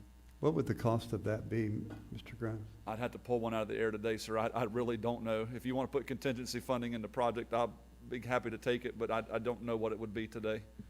It's going to be less than the $50,000 that you just spoke of, but I mean, I just don't know an exact cost today. Well, I think it would be prudent for us, if we're talking 150, let's just go to 200, include the backflow, and if that doesn't get you there, then come back to us at that point. I'm pretty confident that we'll get to that starting point where we are. I mean, we've hashed that one out several times, but there's always in these project something that didn't foresee or something as we're moving closer, so I do appreciate that gesture. Thank you. Commissioner Alexander, you're recognized. I appreciate it. I think my questions have been answered. Thank you. Commissioner Palacier. Mr. Grimes, for those that don't know, what exactly does a backflow device do or take care of for us? It's required to keep water from flowing back into the city system. So a lot of times, let's say you were to use, in a small scale, hose in your yard, and you were using some kind of chemical, they say that it'll keep the water from backing up back into the system. So, i.e., a lot of times if a fire truck comes in and they actually have to increase the pressure in the sprinkler system, we don't want the water coming out of the fire truck going back into the city system, so it prevents contamination back into the system. Thank you. I appreciate that clarification. All right, are there any other questions? Is there a motion? Madam Chair, I'd like to move approval of Resolution 2026-006 for the amount of $200,000. I'll second that. We have a motion and a second. Any further discussion? All in favor say aye. Aye. Motion carries unanimously. Item C, pool construction project. Thank you, Commissioner. The Board of County Commissioners has a 20-year lease of the pool facility with the Arc of Putnam here right behind us. And Park and Recreation have the sole responsibility of operation of that pool. The pool serves as the only public access pool within Putnam County from the west end to the south end. And we utilize that for Red Cross swim lessons, community swim, adult and youth, as well as our competition swim teams that range from ages 5 or frankly, as soon as they're able to swim from one side of the pool to the other, we'll take them on the swim team, right? All the way up through, it is the only venue to allow our high schools to have a competition swim team. So the pool is very important as a community asset. The ARC received a legislative appropriation in the amount of $3 million for the purpose of the renovation and expansion of both the Jim Whitaker Center and the pool facility. The project is completely managed by the ARC as they're the grant recipient from the state of Florida.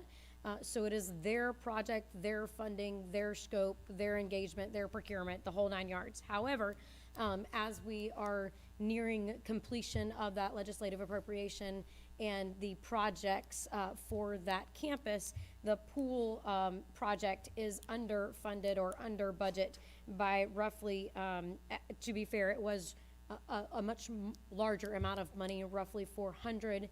After meeting with ARC leadership, we did identify some components that can be added later and remove them, and then the ARC graciously agreed to absorb the majority of the cost of the overruns, leaving us to absorb the $150. And so the proposal before you is to get the funding in the amount of $150 in order to partner with that ARC in order to get this pool completed. Are there any questions?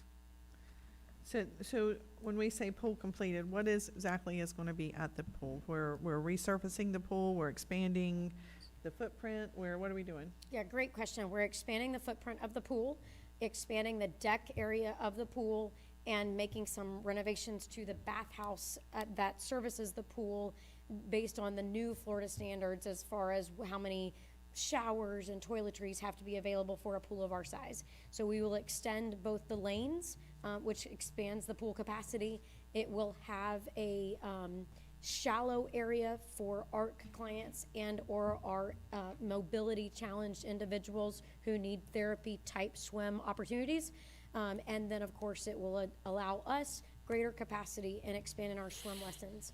As you know, as I've told you many times, we are beyond capacity in swim lessons. We run 4 sessions for 6 weeks, meaning we run them an hour at a time, 4 different times, and every single one of our classes is full and at capacity. And so this is the only area we can teach swim lessons. It will allow us to expand that capacity for each Red Cross certified member that we have. And tell me again the numbers of students that you saw in last year's program roughly. So we had roughly 326 in swim lessons, and then another, both swim teams had roughly 100, well, between the 2 swim teams, we had roughly 100 competition swimmers, and then we had a host of, we do everything from water aerobics to Zumba to anything that gets our populations active and engaged, and then we had just regular community swim for exercise as well. So we had really great numbers through the pool, and we have seen that year over year. Okay, all right, Commissioner Alexander, you're recognized. That's very exciting. my mother used to teach swim lessons to the younger kids, so that's great. I'm glad to see that somebody's doing that. Just real quickly, when we're making these contributions to the pool, do we charge any fees for the use of the pool to recover some of our investment? We absolutely do, not necessarily for this type of expenditure, but as part of our obligation in the lease, we don't pay a dollar amount per year to have the pool.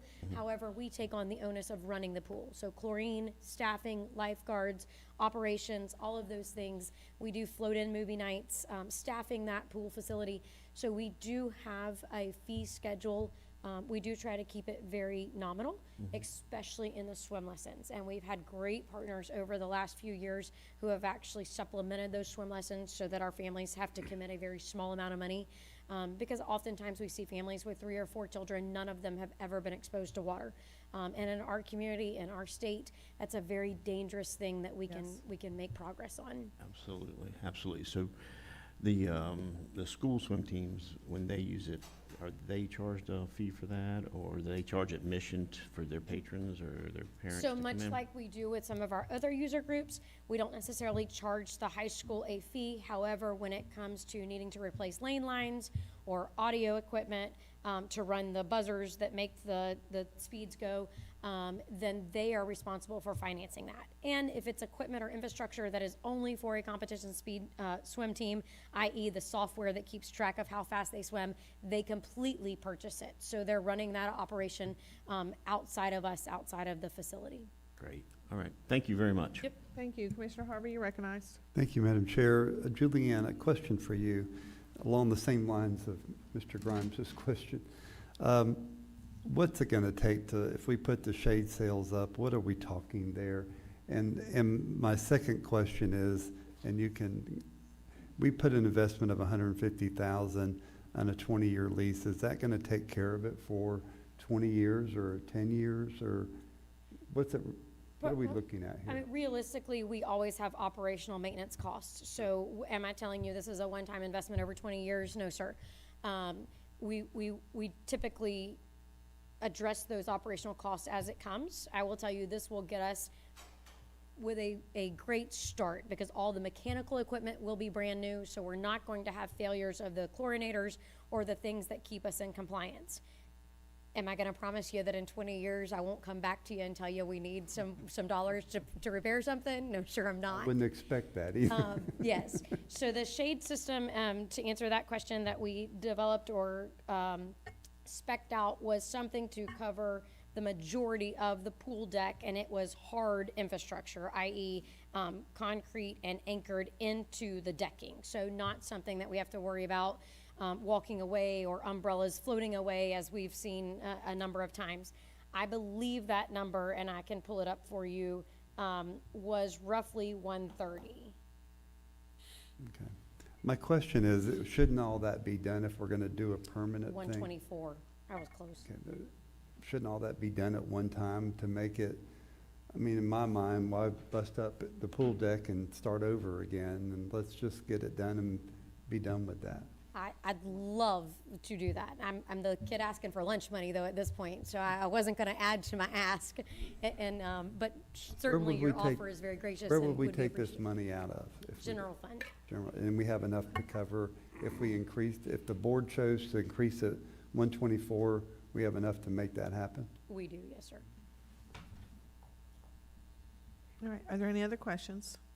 All right, back to the board. What's your pleasure?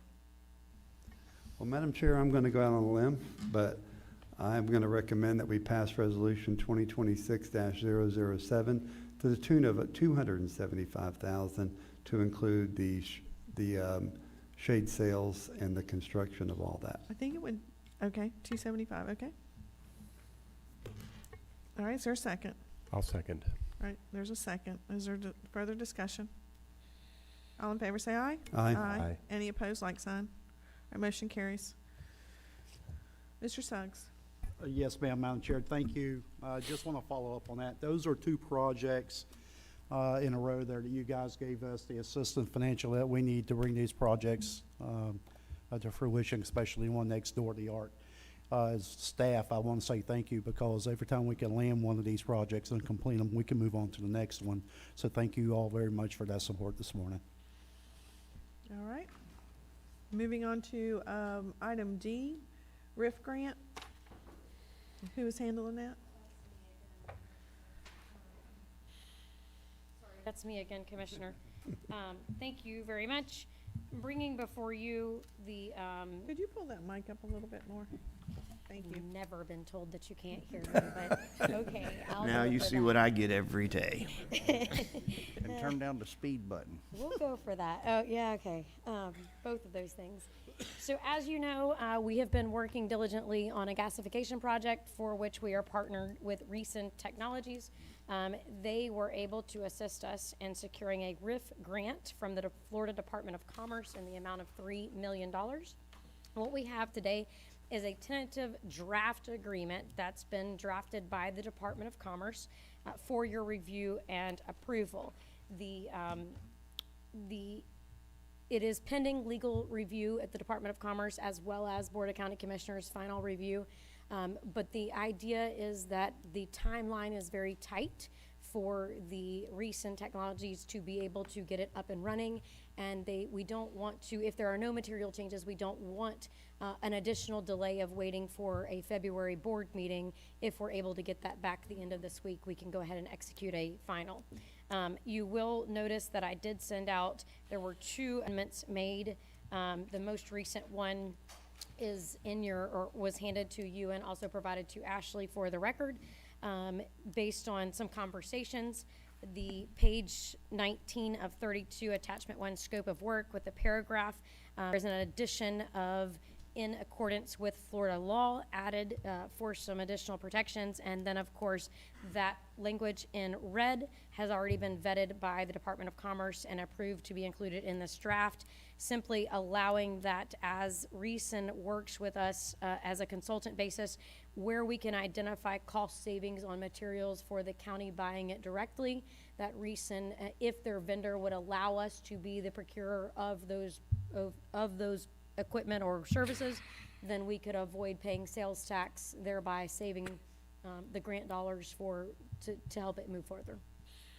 I know that Mr. Jonathan is here with us today, who has been the point person on Recent's side and can take any questions about the actual operation of the equipment. All right. So I guess I'll start. Phase 1, do we have engineered drawings at this point, or where are we at on the deliverables on phase 1? I know that we're trying to move this along, but where are we at with that? It says grantee shall complete engineering, surveying, and permitting activities. Obviously, we can't do permitting without engineered drawings. Are we at that point? I'm going to defer to Ms. Jonathan. Good morning, Jonathan. Good morning. Thanks for having me here. It's really great to be back in Putnam County. I love coming here. It's a beautiful drive on the I-95. Yes, we do. Okay. All right. And then the permitting would be pulled by the county, since it's county's property. How does this work? So ultimately, we would sign the notice of commencement, but again, Recent is essentially the principal project manager on this. So they would engage their contractor or contractors who need to hold the appropriate license in order to obtain the appropriate permits, whether that's local, state, national. The compliance is on their shoulders to ensure the permits are pulled. Yeah, and I spoke with Rich Commando, Dr. Commando, Juris Doctor, right? And I think he's given some great guidance, and I think I'm going to lean very much on Rich, on your guidance moving forward, because it was right on, and we want to do everything right, and I'm all on board with that. And this came before us before. Because we've made some changes. Didn't we already have this RIF agreement in front of us? No, ma'am. The grant hasn't come before you before, so. The MOU did. The MOU came before you. Okay. But this is the first we've received the RIF grant agreement. All right, so since it's in draft format, if there's changes that are made between now and next week, does it have to come back to the board for ratification? No, so that's why I'd be asking the board, if it's approved by you, to make a motion to approve the agreement in substantially the same format as what has been presented before you today. So you're saying as long as nothing of substances? I can't say that Yes, word. Madam Chair. No, No material changes.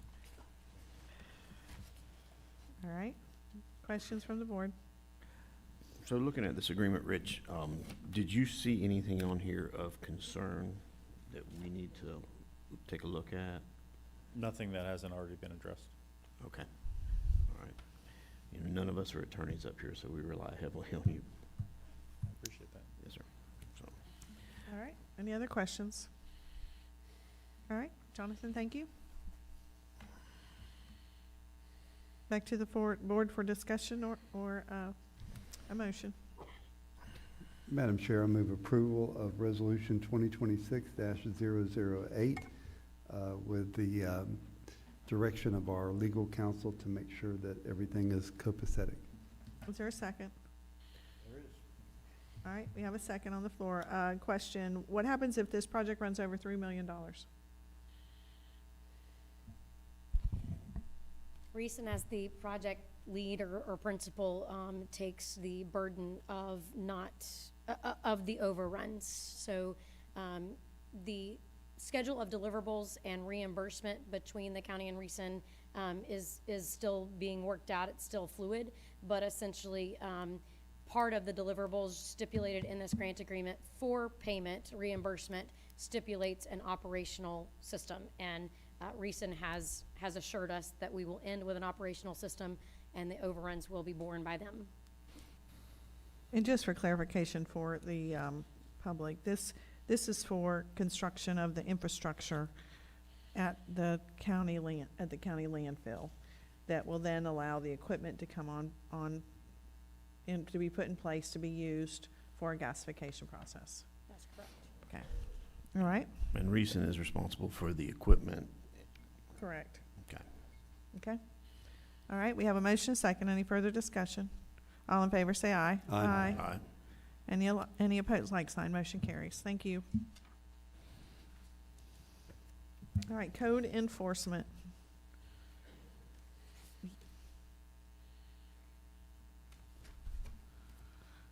Is there anybody here wishing to speak on a codes enforcement case? If you are, please raise your hand. Oh, we have a couple. Is this codes enforcement? Okay.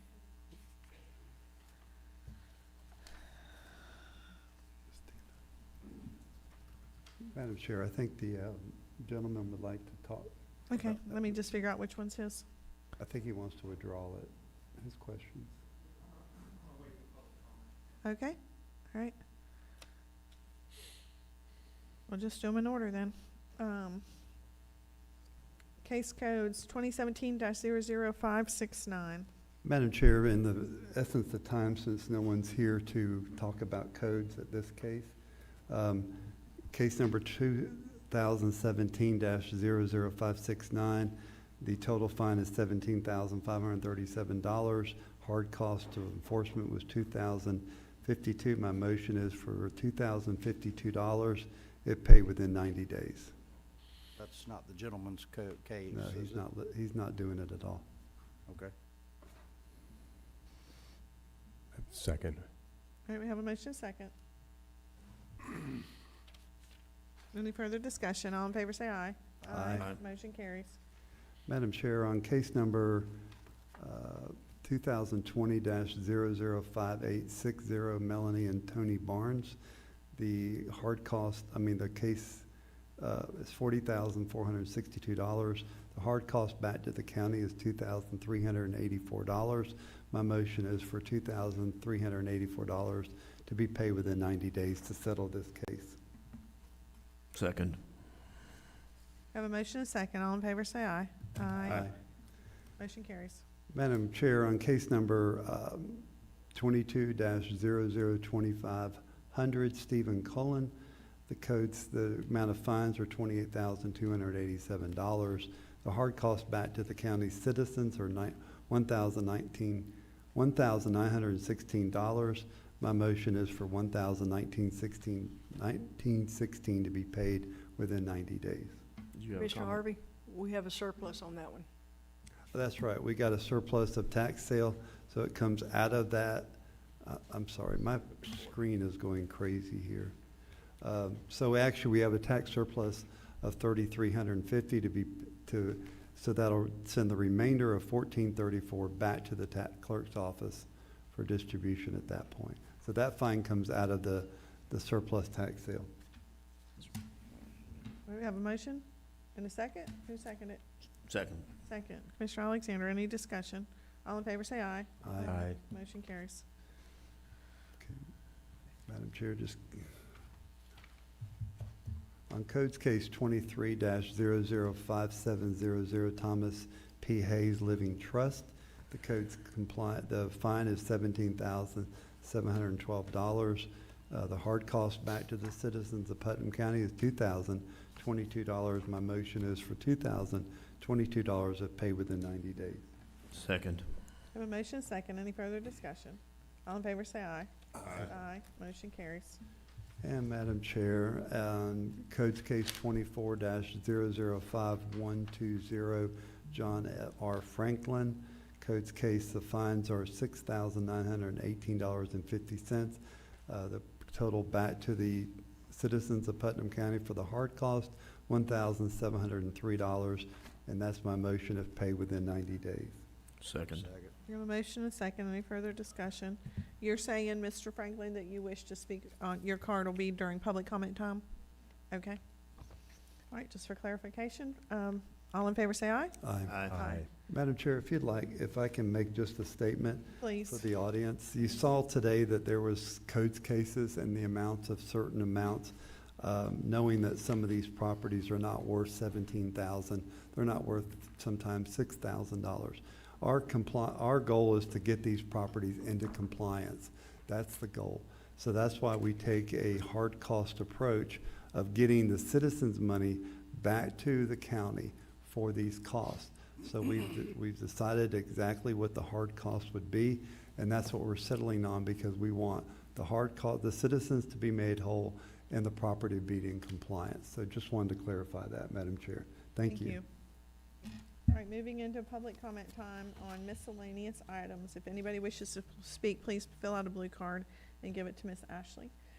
Public comment on miscellaneous items. This portion of the agenda is designed to allow citizens an opportunity to bring matters to the attention of the board. It is not reasonable to expect that the board will engage in debate or deliberation about matters on which the board has received no prior information as part of the agenda. Please limit your time to 3 minutes. Public comment cards are conveniently placed at the meeting room entrance and should be submitted prior to the meeting to the deputy clerk who sits to the right of the podium. Thank you. Okay, first we'll have up Mr. Franklin. Please state your name and address for the record, and then go on with whatever you're here to speak about. Hello, John Franklin. I'm a Alachua County resident, Okay. 2611 Southeast County Road 219A. I've been purchasing properties in your county for the last year or so, and I'm looking forward to growing with the county. I really like your county, better than Alachua, by the way. But I really appreciate you guys reducing the fine on the case number 24-005120. I just want to let the county be aware of what's happening here with this case. My case is just an example of what's happening. So the code enforcement put a lien on the property. There was an abandoned RV on the property. And somewhere along the road, the RV got pushed out into the right-of-way onto the street. So this was prior to me owning it, and then once I bought it at the tax deed, I got back to the property, and now the RV is on the property. So I'm no attorney, but I think that under Florida statute 705.103, the sheriff's department is supposed to take these abandoned vehicles and charge the owner of the vehicle for the cost of either dismember or disassembling or getting rid of the vehicle, which will save the public money in the long run, because then the sheriff department can get a hold of the Department of Motor Vehicles and actually charge the owner of the vehicle instead of the property the cost of removal. in this case, I paid for the cost of removal, and you guys reduced the fine, and I appreciate that. But I just want the county to be aware that I don't know if the sheriff's department is actually aware of their duty to remove these vehicles. I gave you a copy of stuff there, and what it is the call for service there to that date says that the code enforcement is going to have the vehicle destroyed and moved. I don't know if that is a deal that the county has worked out with the sheriff's department, but it seems to me that the fact that they pushed it back over to the road department, that's implying that the public should have to pay for the removal of this vehicle, when essentially the sheriff should have removed it, and then the owner of the vehicle would have been charged instead of me or the public, whoever is responsible for it. And with that being said, on that side of town, there's a lot of vehicles and vessels and stuff that are on the right of way. I talked to Commissioner Harvey. Today's the first day I've met him, and it's the first day being here, and I'll be back again. You guys will see me. I look forward to working with him about giving him the location of a lot of these vehicles that are on the public roadway that the sheriff could dispose of, and find these owners of these vessels, boats, vehicles, RVs, and charge these people for what it costs to remove them instead of the public having to remove them. And I think that's it for my time. I appreciate it. If you guys got any questions, you can let me know. Thank you. Madam Chair. Yeah, go ahead. Mr. I didn't get- Franklin. Franklin. The county does do that. We had a case not too terribly long ago where somebody left something on Hunter Road. Is that right, JT? Yep. And they were able to get an identification number, trace it back to the owner, and they assumed did have to pay for the disposal. Mr. Stout's nodding his head. Did you contact the sheriff's office about Yeah, this? that's what's in here. He did. He Yes. provided us with that information. And your response from them? But I think the difference was this vehicle was on your property. It wasn't sitting in the middle of a road. It was sitting in the middle of the road. When I obtained the property, it was on the property. So somewhere between September 12th, when the call was made, to December 11th, when I bought the property, the vehicle was pushed back onto the property. So I don't know whether the county did it, the sheriff's department, or somebody in the neighborhood did it. I don't know who did it. And again, it's the responsibility of me as a property owner to take care of it. But my problem is I called the sheriff's department to try to find who owned and they wouldn't tell me, Right. obviously, because it's private information. Mr. So, Command- I'm sorry. Go ahead. I'm done, go ahead. Mr. Commando, if I drove up and left my vehicle in your yard and left it and went away, Forever. aren't they gonna call the law and get a hold of me and tell me get it off your property? I mean, Yes, sir. I mean, regardless. Yes, sir. So I think you need to follow up with law enforcement. I'm done with it. You guys did what I asked you to, or you guys did what was appropriate, and I really appreciate the fine reduction. I just want the county to be aware that maybe talk with the sheriff's department and let them know their responsibility instead of, because it wasn't abandoned on private property, it was abandoned on public property. And at that point, it becomes the sheriff's department to remove it instead of the county's public having to pay for the removal of this stuff, so. I get what you're saying. Thank you All very right, much. And thank we you. understand, and just so we're clear, we go through that process when. there It is a wasn't vehicle. done on this one, though. I don't know. I don't know if a neighbor pushed it on the property. Well, or the thing whatever. is under the statute, you guys have the sheriff's department has 5 days to remove it. And in the packet that I gave her, there's a picture of it, September 12th in the roadway from code enforcement. And then again on September 23rd, which is 11 days later. So it should have been removed before then. And it was on county property the whole time. So somehow it got dumped back on my property, regardless of who did it. But thank you. Got you. Thank you. I tried. Mr. Tony from Pomona Park?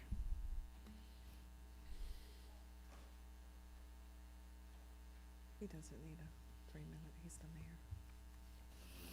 Morning. Good morning, sir. First off, my name's Tony Cuevas, Mayor of Pomona Park, 117 Park Avenue. Thank you. We appreciate you being here. Yes, and want to congratulate you on the great display at the Rural County Showcase Expo. It was beautiful. Thank you for putting that up. I'm here today to talk about a communications initiative with Pomona Park Town council members. What we come up with is rotating council members to come to your monthly meetings for better awareness, communication, things we can take back to our town. So once a month, look for one of us, hopefully to be here if we can continue doing that. Maybe we can get some advice and assistance on issues that we're trying to deal with, i.e. law enforcement. We don't have our own law enforcement like Palatka does. And lately we've had vagrancy, vandalism, speeding, ATV abuse on streets, highways, and medians. And on a bigger term, we're looking at possibly infrastructure with water and sewer systems. So any advice or help would be greatly appreciated. Another issue I came up with, we recently got with Palatka mayor and chief of police to maybe have some type of cooperation agreement, but the county has the jurisdiction on that. We can't do anything on the side, I guess. So I wonder if there's a way to work with that, because they're willing to help us, but the county says they're in charge with the sheriff's department, but then they don't have the resources so much to help us. So have you had conversations with him directly, or the undersheriff? No, we haven't got that far. Yeah, we We can. wanted to see if the other town was interested, and they are. So we started with, okay, we got somebody to help us. Because honestly, response time for things that I've called on is 25, 30 minutes. Yeah. From the sheriff's department. And I'm not knocking them. They had an expo here yesterday to try to get folks to sign up. I realize they're shorthanded. I don't want to knock anybody, but we do have somebody that's very quiet that's willing to, if we can get a cooperation to the county, let that happen. Right, like a cooperative agreement. ma'am. Well, And thank that's you, all. thank you for coming here. We, Yes. glad to meet you. It is hard for all of us to get everywhere and do things, so I'm glad you came. If you have council members come to our meeting, please make sure they tell us in case we don't recognize them, and we'll recognize them. I'll have them sign, and you can at least recognize Yeah, them. But we're hoping to do it every month. Yeah, and water sewer system is something that, public water and sewer, something that the county's been trying to address in multiple areas of the county. We certainly understand that getting sewers off of the river is very important as a state initiative, but also for us locally. And we have been going to Tallahassee to try to do that in the East Palatka area particularly, and down in, we're working a water system down in Bostwick area. So you realize how big the county is, right? When you start going from one end to the other. So thank you for coming forward. I'll be glad to sit down with you if you want to one-on-one. We can have staff sit down. We can start having some dialogue. Glad you're here, and thank you for coming forward. Thank you very much. Yep. Brandon Smiley.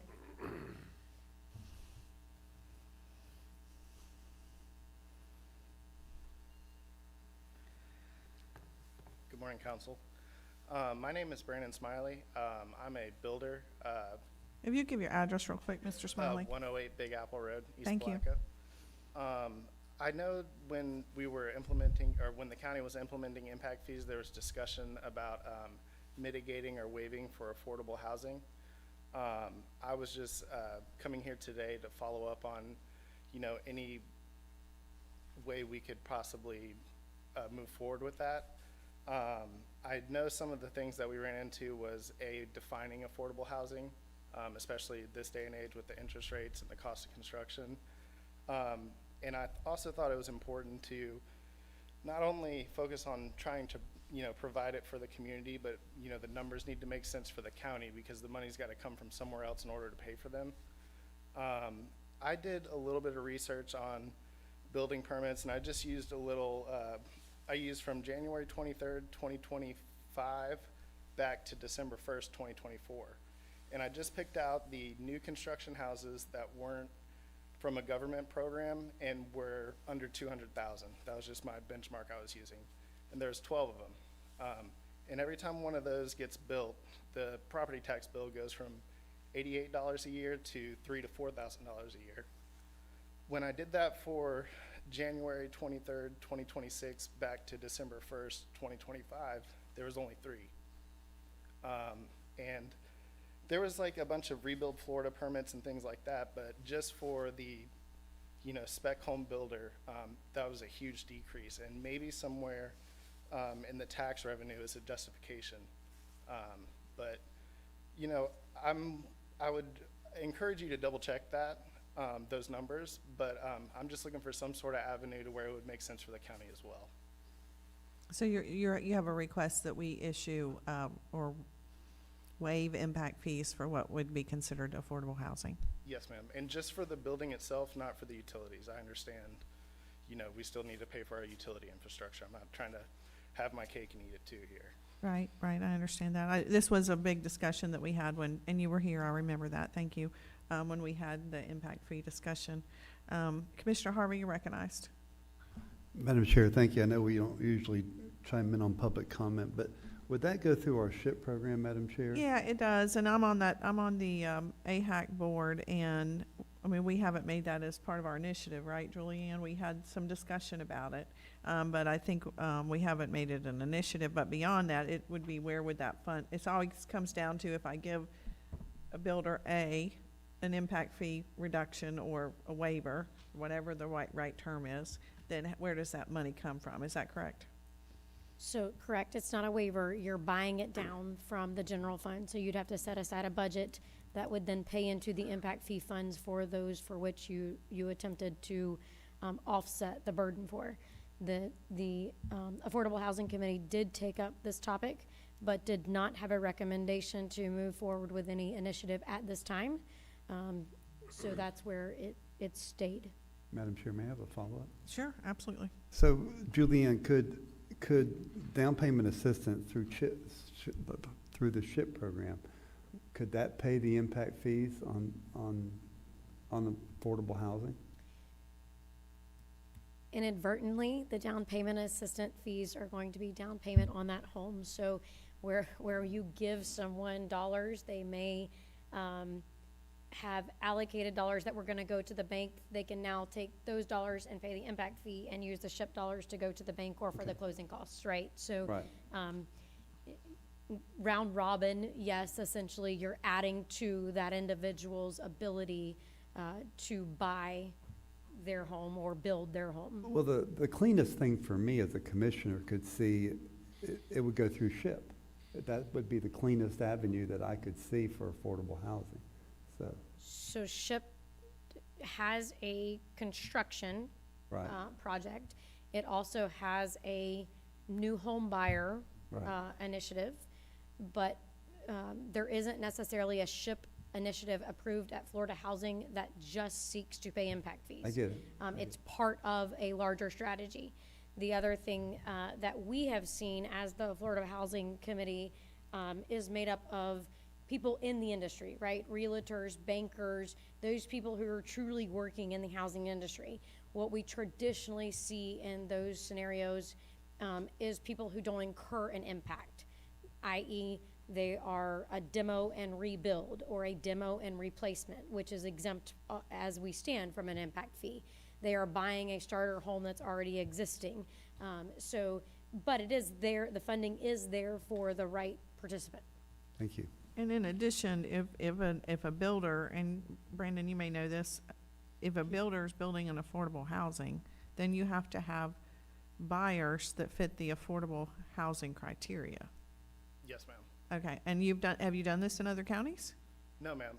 I've built in St. John's, Clay, Duval, and Putnam, but I've only built spec homes in Putnam County. It's my first experience. Last year was my first experience with it, and I bought the lots in 2024. So I do understand now. I'm looking for, maybe tear downs and rebuilds. And when I was doing the research on the permits, there was a big uptick in those, and I think that's a really good thing for Putnam County. So, the impact fees are causing people to, migrate towards where, making the county, I guess, prettier,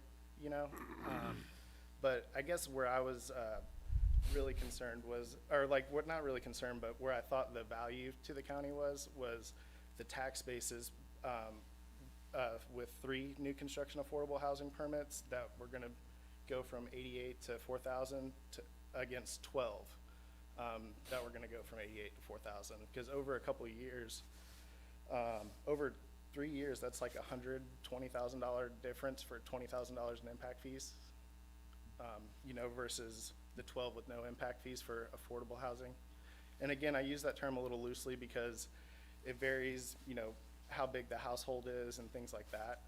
But I was just trying to find an angle to where it made sense for you guys too, not just. Yeah, I see what you're coming from. And back to your buyers of your homes, are your buyers right now sitting in a low income to very low income to that kind of category, or do you financially? Madam Chair, just because you mentioned St. Johns County, so their impact fees are set up in a way where if you're at 50% AMI, they will rebate, or they will That discount. considered moderate? That's low. Okay. They'll consider 50% impact, or 50% waiver on the impact fee. Okay. I guess the first two houses I built, when I came, I think it was last summer when we first started talking about this, I mentioned the price point, and you guys were quick to let me know that $275 was not the price point for affordable housing in Putnam County. I've since, I was in the middle of construction, but the ones that I have on the market now are like 4-bedroom, 2 baths at $239, and I'm offering a closing cost credit to, try to get them in there. I was a little too far into them, but the ones that I'm trying to plan for this year are going to be a little bit smaller.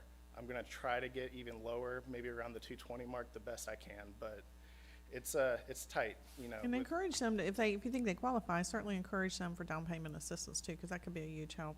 Commissioner Alexander, you're recognized. I was just going to ask you, Brandon, since you were building in other counties, but Mr. Commando kind of answered that there are other counties that have programs to assist with the low-income housing. So I was going to see what you had experienced on those. In the other counties, I kind of built for owners or investors. So they kind of dealt with the impact fee situations. In St. Johns County, I had one parcel that they divided into 3 and got impact fee for one lot. But the houses were like $400,000, so I don't think that they had any sort of, credit for that price point. Yeah, and I don't think that we can blame the lower number of permits that were pulled solely on the impact fees, because we can all agree that the real estate market has been in a downward trend due to interest rates and other items in the economy. So Absolutely. I don't want the public to think that just because we imposed impact fees that we killed the real estate market, and that is not the case. No, I understand there's other variables. I was just trying to find some sort of. Yeah, no, I get it. I get it. Okay. Thank you, Mr. Smiley. Yep, thank you, guys. Ed Killebrew.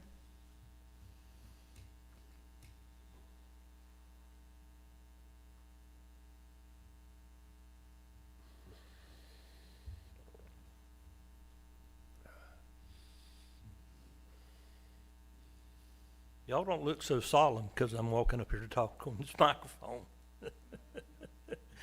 Ed Killebrew, excuse me? Well, I'm getting old. Right there. Ed Killebrew, 146 Barton State Circle. I came to talk to y'all this morning about homelessness. I talked to y'all a couple last night with the cold and the things. And as most of y'all know, that's been my heart for most of my adult life, is helping the needy, the less fortunate, and stuff like that. Last night this morning when I got up in Barton, it was 27 degrees. I was trying to help a young man last night, 20 years old, to find a place to just lay his head for the night. I don't know if it was his fault he was out there without a house. I don't know anything like that, but it's not my place to judge those people and things like that. As far as I know, there was not a shelter anywhere in Putnam County to open. I'm not talking about a homeless camp. That's not what I'm talking about. Well, we give shelter to people with hurricanes. Granted, most of those people pay taxes, and they're the viable people of our community. I understand that. But this young man had no place to go but a shed. He came into my lodge meeting down on Crill Avenue last night. We fed him, tried to find a place for him to go stay. Couldn't find a place, called the sheriff, called everybody I knew to call. Went through my Rolodex on my phone, and nobody could help. Everybody says, well, I'm sorry. And I'm not getting on to nobody. I understand. That's life. But I think as people of Putnam County, I know we had something down by the river that just overflowed and became a housing problem for people.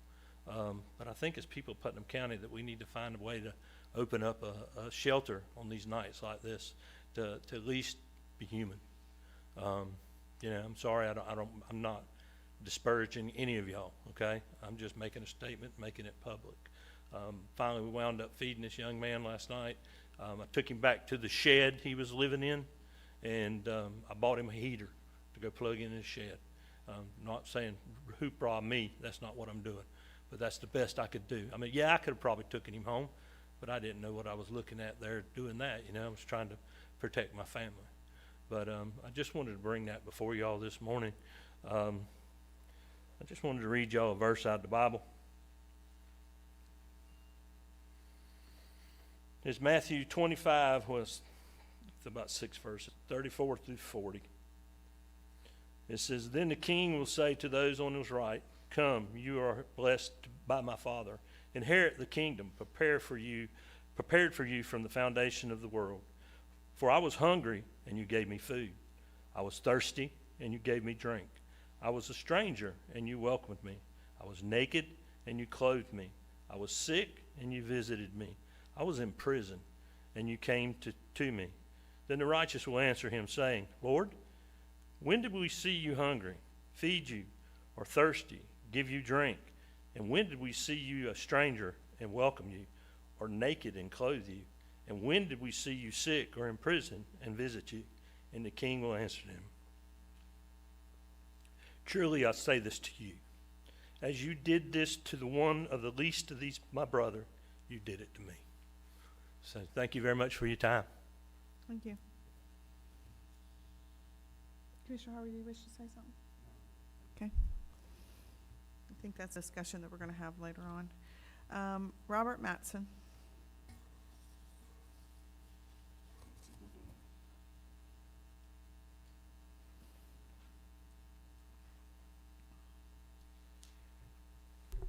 Thank you, Madam Chairman, members of the board. My name is Rob Mattson. I reside at 121 Palm Trail in East Palatka, East by God, Palatka. I'm appearing before you as a supporter of the restoration of the Ocklawaha River by breaching the Kirkpatrick Dam. But just to quickly give you a little background, I'm not a little old lady in blue sneakers like Greg Walker says, okay? I've got 40 years of professional experience working as an environmental scientist in Florida aquatic ecosystems, 35 of those years working river systems across North Florida. From 2005 to 2022, I was employed as a senior environmental scientist with the St. Johns River Water Management District. I provided some comments, just for your information, I gave to the deputy clerk that I delivered to our local legislators regarding restoration of the Ocklawaha. The Cross Florida Barge Canal was stopped for environmental reasons, and I believe restoration of the Ocklawaha should be done for environmental reasons while still provides significant public benefits. From a broader perspective, nationwide, there are major projects going on all over the nation removing dams. Dams were constructed for human purposes, and in some cases to provide benefits, but they do not make river systems healthier or are of net environmental benefit. So that's why, as a scientist, I support the restoration of the Ocklawaha River. Thank you. Vernon Myers.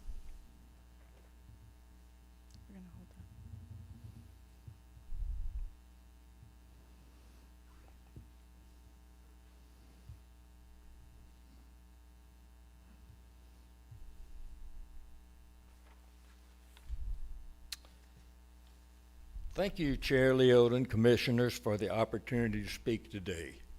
I am Vernon Myers, resident of 247 Port Comfort Drive, East Palatka, Florida, former City Commissioner and Mayor of the City of Palatka.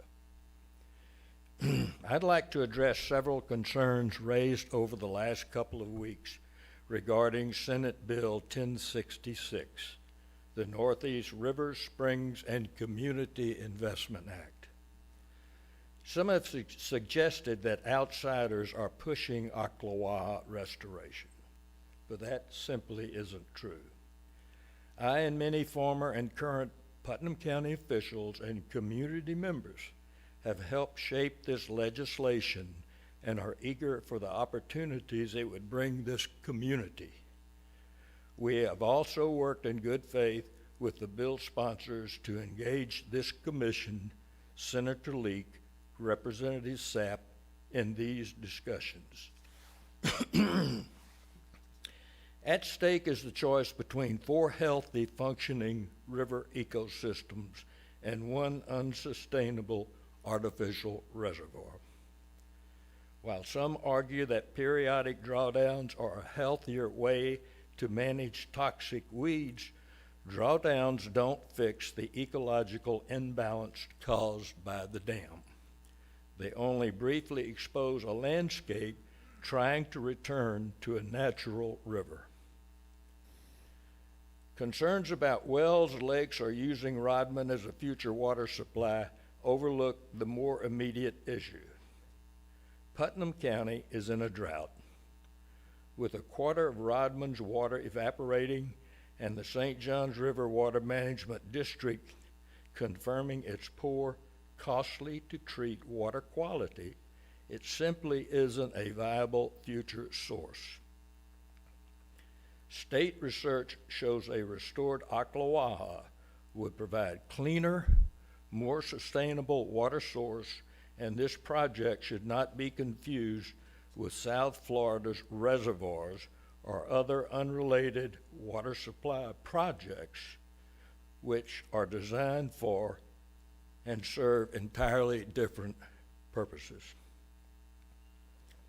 We've also heard that you can't go back. Yet sprouting cypress during drawdowns and Florida's restoration successes prove natural systems rebound when flow is restored. Restoration would protect the landscape from the kind of development Putnam County doesn't want. The reservoir and surrounding areas will remain protected state lands, and lawmakers are already working to strengthen these protections. Finally, Senate Bill 1066 is about people as much as restoration. Shoreline fishermen, many fishing for subsistence, deserve better access, and the bill's recreation and economic benefits would help far more than the shrinking number who rely on the reservoir. Even the U.S. Mr. Navy... Bonner, are you almost done? I'm done. Thank you. 1 sentence. Even the U.S. Navy isn't opposed. They simply asked to join the advisory council with Putnam and other riverway communities. I look forward to working with you to support this rare and important bill. Thank you.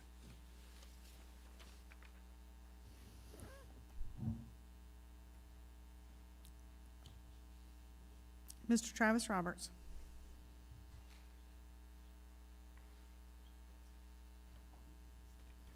You guys should give me this desk. I've stood behind it so many times. Travis Roberts, 110 Yancey Circle, Satsuma, Florida, 32189. You know, guys, I'm at the end of my rope. I came in here a year ago, and you guys told me you would have something done. You were going to do a workshop. Last meeting, it got mentioned that there would be, maybe brought up this time about a workshop. They said they would write a letter to the guy. Has the letter been written yet? Or to the lady? No, it has not. I talked to her yesterday. You guys asked me to give you 6 months, 7 months ago. But 8 years ago when I came in here, they asked me to give them 30 days. Okay, I said I would hold off on any litigation for 6 months because you guys asked me. You could have said a year, you could have said 2 years. You didn't. Where are we at? I don't know. Because nobody returns my phone calls except for a couple of you. Thank you, Mr. Walt Pelzer. And there's a couple of you. But most of them, nobody's returned my calls. Nobody's said anything. Said we're going to have another workshop. You said that the landing, originally when the landing could have been done, it would have cost $48,000 for 2 of them. Now, we're over $60,000. But the taxpayers were going to be stuck. And here's the Fort Gates Ferry Terminal Feasibility Study that was done back in 2015. That was done, started in 2013. Still nothing done.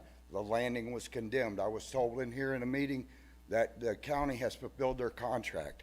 I call BS on it. Because the county, it got condemned in 2005.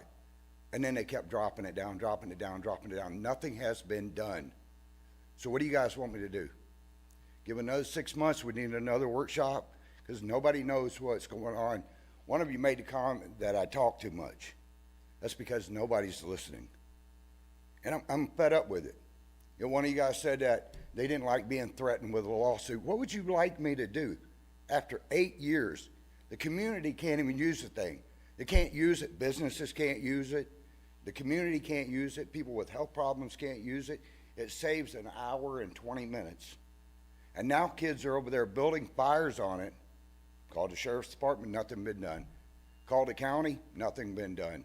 I'm still owed a bill from where you as the county was going to spend $250,000 on a blueprint that I got done for $900. In a meeting, they approved to pay me my $900, plus the $1,000 to pull the thing out of the landing. You know what I've gotten to this date? Nothing. My office is still flooded. For 5 years, I've been coming in here where the county created a problem and has flooded my office for 5 years. Now it has black mold, which one person's already been to the hospital, documented about it. I still have no office. That the state requires that I have at least 100 square feet of office space. I even offered to get it for $15,000. I know my time's up, so no workshop, no nothing. What do you guys want me to do? If you don't tell me something, I'm walking out here to the attorney's office. Do you need more time? Because it's going to be for 8 years of me not getting a paycheck. We're not going to debate you at this podium. I'm sorry? We're not going to debate you.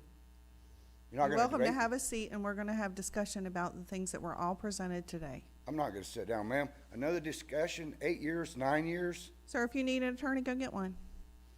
I've got 9 of them. Good. And Have a good day. You wrote a letter back in 2025, and I appreciate you doing that to the guy. What has become of that letter? We have a letter that has gone to the lady. She might not have received it yet. What is the status of the letter? We'll discuss that real briefly. I was just waiting, and I have full commission support today, so. Okay, that was part of the discussion we were having today. But we don't own the property that you're proposing us to No, go I to. don't, and you still haven't given me a lease. You have kept me from getting a paycheck. Not you particular, but this county. Sir, we can't give you a lease on a piece of property we do not own.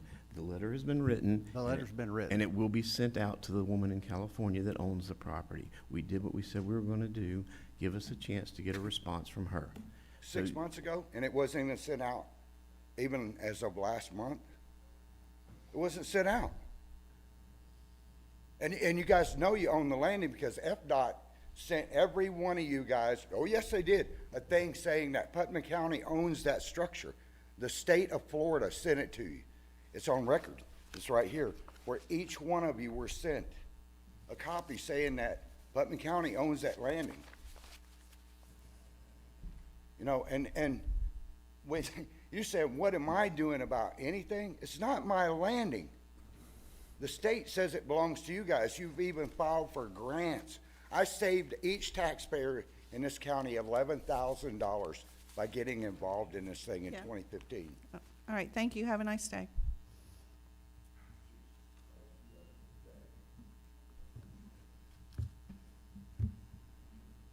All right. Have a good day.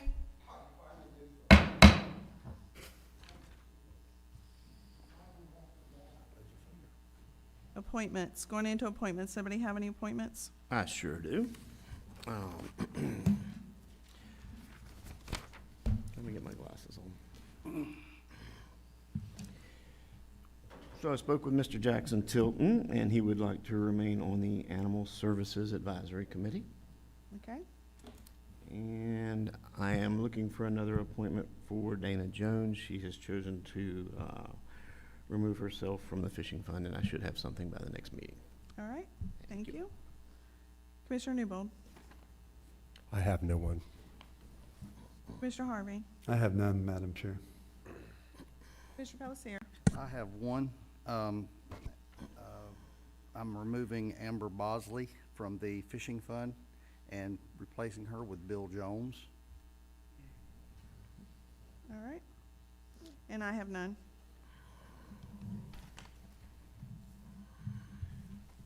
All right, Clerk of Court, do you have any comments? Just want to take a quick moment to thank you all for the support at the ARC pool. As a member of that board for many years, and I recently stepped up, voluntold, stepped up to the president role of that board. I'm very thankful for the continuing partnership that the county has had with the ARC on that pool. That is a valuable asset. I grew up swimming in that pool, so it's good to see that it's going to continue to be used for the community. So that's all I have. Thank you. All right. County Attorney? As I just mentioned before, so I do have full support at this point of the commission. I'll send that letter out, looking at probably today. All right, and since you, we'll just go ahead and discuss this real quick. There, do you recall seeing a letter saying that the county owns the landing? He's talking about one side of the landing. We don't own both sides of the landing. Correct. And he also doesn't have standing to sue us, but. Okay, so the other side of the landing, so we're being asked as a commission to implement a ferry that we don't own and implement a transportation to a landing that we don't own. Correct, and that's been communicated to Mr. Roberts. Okay, so the way it was done before, I'm sorry, whatever happened, we can't control that, this board can't. But I don't know how, unless this person tells us that they're going to allow and enter into some kind of a long-term lease, this current landowner, then maybe we can have discussions, but that's as far as it can go. And then if we can work out some kind of terms, then we can have discussions about whether or not the ferry can then be up and running. I agree. Was there a point in time where the ferry was being paid to run and it was not running? Yes, ma'am. And how long was that period? Julianne, you would know the details. Was it years? Was it months? No, it was years. It was years. So basically, he was getting paid, or who was getting paid? Was it Mr. Roberts? Yes. His family. Well, His family was getting paid to run a ferry that didn't run for years. That's a true statement or no? that's a true statement. Okay. All right, is there any further discussion? Commissioner Newbold, you recognize. Just as a point of clarification, the landing on the west side of the lake is owned by a private individual out of California that we are in discussion with, so to speak. The property on the east side in District 1, it's my understanding, that's owned by DEP, is that correct? And there's a lease that... It's owned by the state, I don't remember which agency. Okay. And so if we get cooperation from the landowner on the west side, then we still have to, we have to re-engage the state? Is there any jeopardy or? We don't have the answer to that now, but the answer is yes, you would have to talk to the state again. I think you'd have to evaluate what the costs are. Done. He's here. Okay, he's here. Oh, he's back. I called Mr. Commando while we were in Tallahassee last week myself and asked him to write up something and send it back to me via email. I wanted to be sure it was of a nature that was polite and pleasing, not that he would write a rude letter, but just I wanted to put a lot of sugar on it and be very courteous to the lady, and which he did, and I approved it. I told him to forward it to the other commissioners, and when he got their approval, it should be mailed, in my opinion. And I'm sending it certified mail, so someone has to sign for it. So that's been done. I don't understand, or don't know what you're talking about when you say we own the landing, because as I understand it, the forestry people own the road, which is, I'm guessing, 33 feet or whatever, and it goes right into the river. She owns to the left, right, and to the left. I don't know, until we get her approval, I don't know where we can build anything, because you can't build something on somebody else's property. That's true. So that is where we stand as of right now. Thank you. All right. Mr. Commander, do you have any other comments? No, Madam Chair, thank you. All right, County Administrator Suggs. Good morning. Just want to talk, is this working? No. My bad. Just wanted to touch base. As you know, last week we spent time up in Tallahassee, Rural Days, and I'm not going to talk a lot about that because I'm sure my 5 commissioners will. It was a great event, well attended on the courtyard this year. It was the weather was really nice this year, so it was very well attended. I think a lot of our messages really hit home this year with a lot of the folks that we had our meetings with. I want to thank Sam Sullivan for setting those meetings up. Really enjoyed the meeting with Ag Commissioner Wilton Simpson. What an amazing opportunity for us to get in there, have conversations about the fairgrounds property. So thank you, Sam, for setting that up. But again, I'm not going to steal you guys' thunder. I think it was a great week up there. We had a lot of good meetings, and you know, that's the end of my comments, Madam Chair. Okay.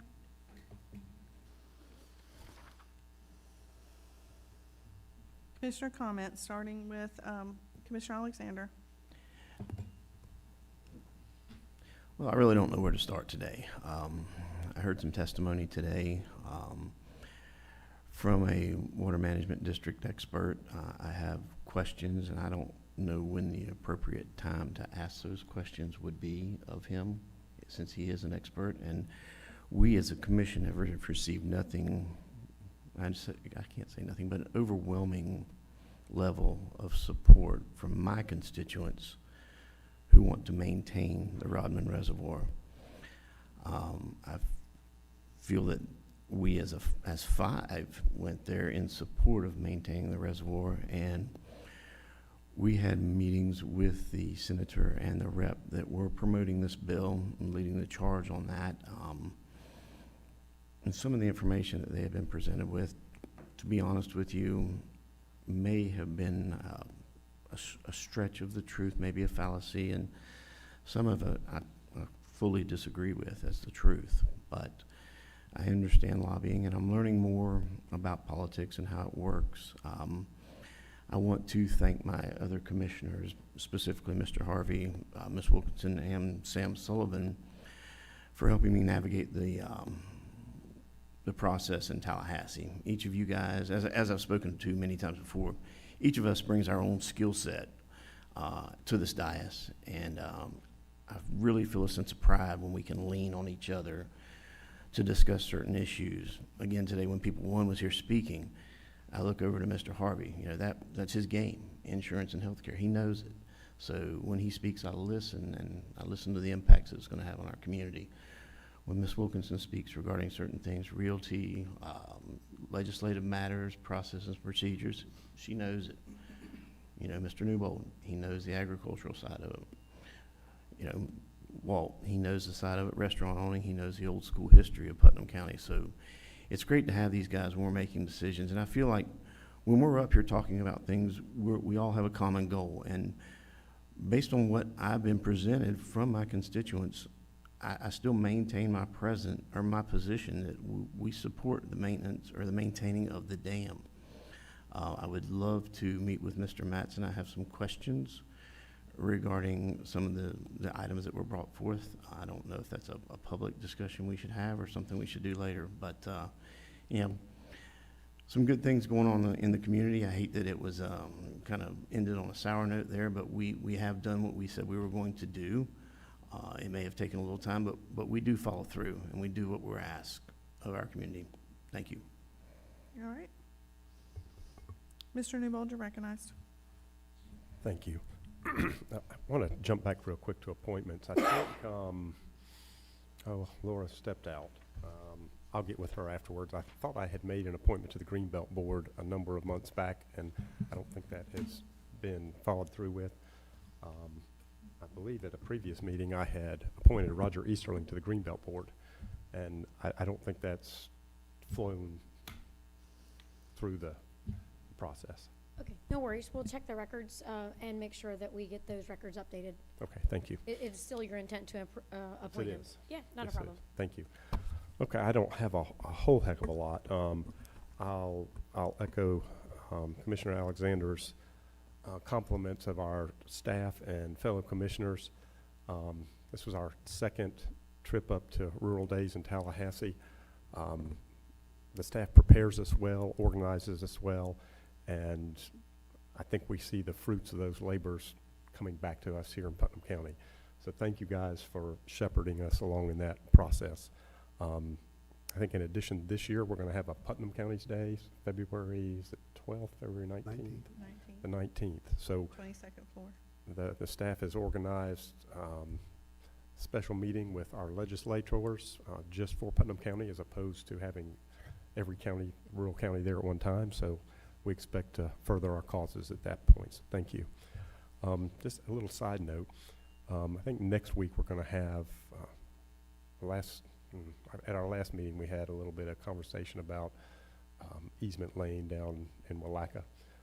I was able to meet with one of the landowners adjacent there, and I suppose that will come up at our next meeting, February 2nd or February 10th. Is that when that will come up again? What are you saying? In our last meeting, we had a request to vacate a piece of Thrilling Club Road. Oh, yeah, I think that The does 10th. come, It's- yeah, that it's does scheduled come to up come in back on the 10th. Yes. Okay. All right. And at that time, we were under the assumption that there was no opposition to that. There's some opposition has come up. I met with that opposition. I hope those guys can come to a resolution. It feels like a resolution is available. Anyway, I'm looking forward to tackling that on the next meeting. I don't have anything else. Thank you. All right. Commissioner Harvey, you recognized. Thank you, Madam Chair, and I want to echo the comments of our commissioners. Last week was an amazing week when we have all 5 commissioners and our staff up there promoting Putnam County to its finest points. And also understanding the process when we have to divide and conquer. We're given an hour to make a meeting that we didn't even know about. That happens sometimes. When we speak with unity, and I appreciate that. Do want to pray for Senator Ben Albritton, Senate President. He had a blood clot in his heart, and he's out for, I'm sorry? I said, oh gosh. I know, but he's out for just a few more days, I guess. But he's been a big instrumental person in the Rural Renaissance Program along with Corey Simon.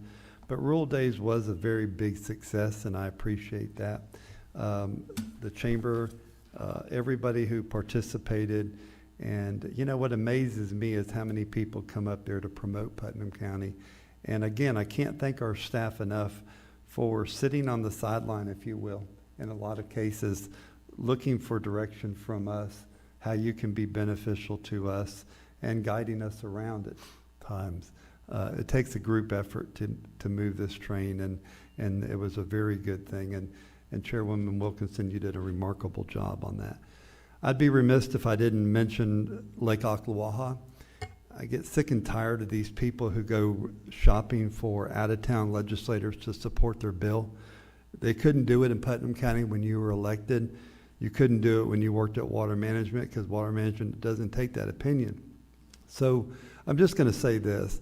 21 billion gallons of fresh water 19 feet above sea level. The lakes in West Putnam are suffering dramatically right now with the drawdown and with the drought. And let me assure you that an alternative water supply is a lot better than people begging us on West River Road to provide water because they have saltwater intrusion from that river. So let me assure you, once you take the initial flush out, you're going to have a big problem with contamination and pesticides going into the river more than you've ever had. Rodman Lake Ocklawaha has minimal algae blooms, if any. So just be mindful of that and protect our environment as we know, because this is a water grab. And Madam Chair, that's the end of my comments. Thank you. Thank you. Commissioner Pelletier, you're recognized. Yes, I'd go ahead and apologize that this is going to be lengthy. I told you last meeting that I cut it to 1 because of our time restraints and we'd run very long, but I have quite a few things I'm going to discuss.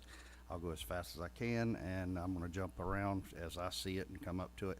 I echo all the comments said up here about our time in Tallahassee. Staff did a great job organizing us and keeping us on time to where we need to be, and on to meet with various senators and representatives. This Rural Days was just a fantastic day with great weather. It just couldn't have been better, and food from all over the state. If you were able to go or ever are, it's a treat. You just meet a lot of nice people from all over, and just you wouldn't believe the different foods from different parts of the state that they're kind of known for, or things they're known for. So it's a great time. And our Chamber of Commerce did a wonderful job with their tent booth they had. I thought it was very good with the big bass jumping. It was pretty nice. When we met with Senator Duggan, Representative. he, you know, their minds were made up on how they felt about it. But Commissioner Wilkerson made a very good comment in that she said, if, you know, when it's dug out, it's gone. Why not draw it down for a year and Completely. watch completely? Draw it down to nothing. Just open the dam, draw it down, and watch what happens and see. That's an easy test. And at the end of a year, you know, look at the results, and if it's not what you think it is, drop the dam. Water comes right back up. So it's an easy fix in my opinion that way, or easy check. I've had a minimal handful of people say and save the dam, turn the river, reunite the rivers as they call it. Unbelievable, 2 phones worth of leave the dam alone, leave the dam alone. So that's all I have to say on that. Mr. Suggs, anything from the forestry folks over there about the satellite garbage pickup location that they were going to be looking for us to help the people in the forest with that? Not as of yet. You know, I sent another letter out or another email out, and I'll check again when we get done today to see if they responded, but I hadn't seen anything as of today. Okay. Any update on the IT and VA expansion and relocation of those 2 buildings? How do we sit on that? So at that last conversation, the Board of County Commissioners directed staff to pause on that project until you have a workshop to consider all of your building projects. Staff is effectively paused. Paused, i.e. we have everything kind of on our end, but until we get direction from the board as to priority, funding, locations, initiatives on all of your county buildings, I believe you are working together to set up a workshop. That was the direction or the consensus at that meeting. Okay. As far as funding goes, I'm going to challenge my fellow commissioners, and this was not my idea. It came to me from a staff member who I think is pretty knowledgeable about things. Maybe we, in our discretionary money, allocate certain amounts of that to go to funding those 2 projects, and it would not get into our budgeted money. And that'd be a number that we would come up with. Just a thought, not obligation. I'm told that we have we've contacted a contractor that is going to be giving us a price of installing a sprinkler system into the Pantry Pride building and beyond, all the uninhabited buildings, so that we can look into possibly renting that space, and that'd be a source of income for the county. But that has to be done first. So I'm excited about getting those numbers. So, and we have no idea if it'll have any problem renting that myself. Commissioner Palatka, may I interrupt you for just a second? If we wanted to discuss a workshop, we can go ahead and do that right now. Well, can we come back to that? Let me get through my comments. All right. I'm good with it. I'm good with it. That's a great idea.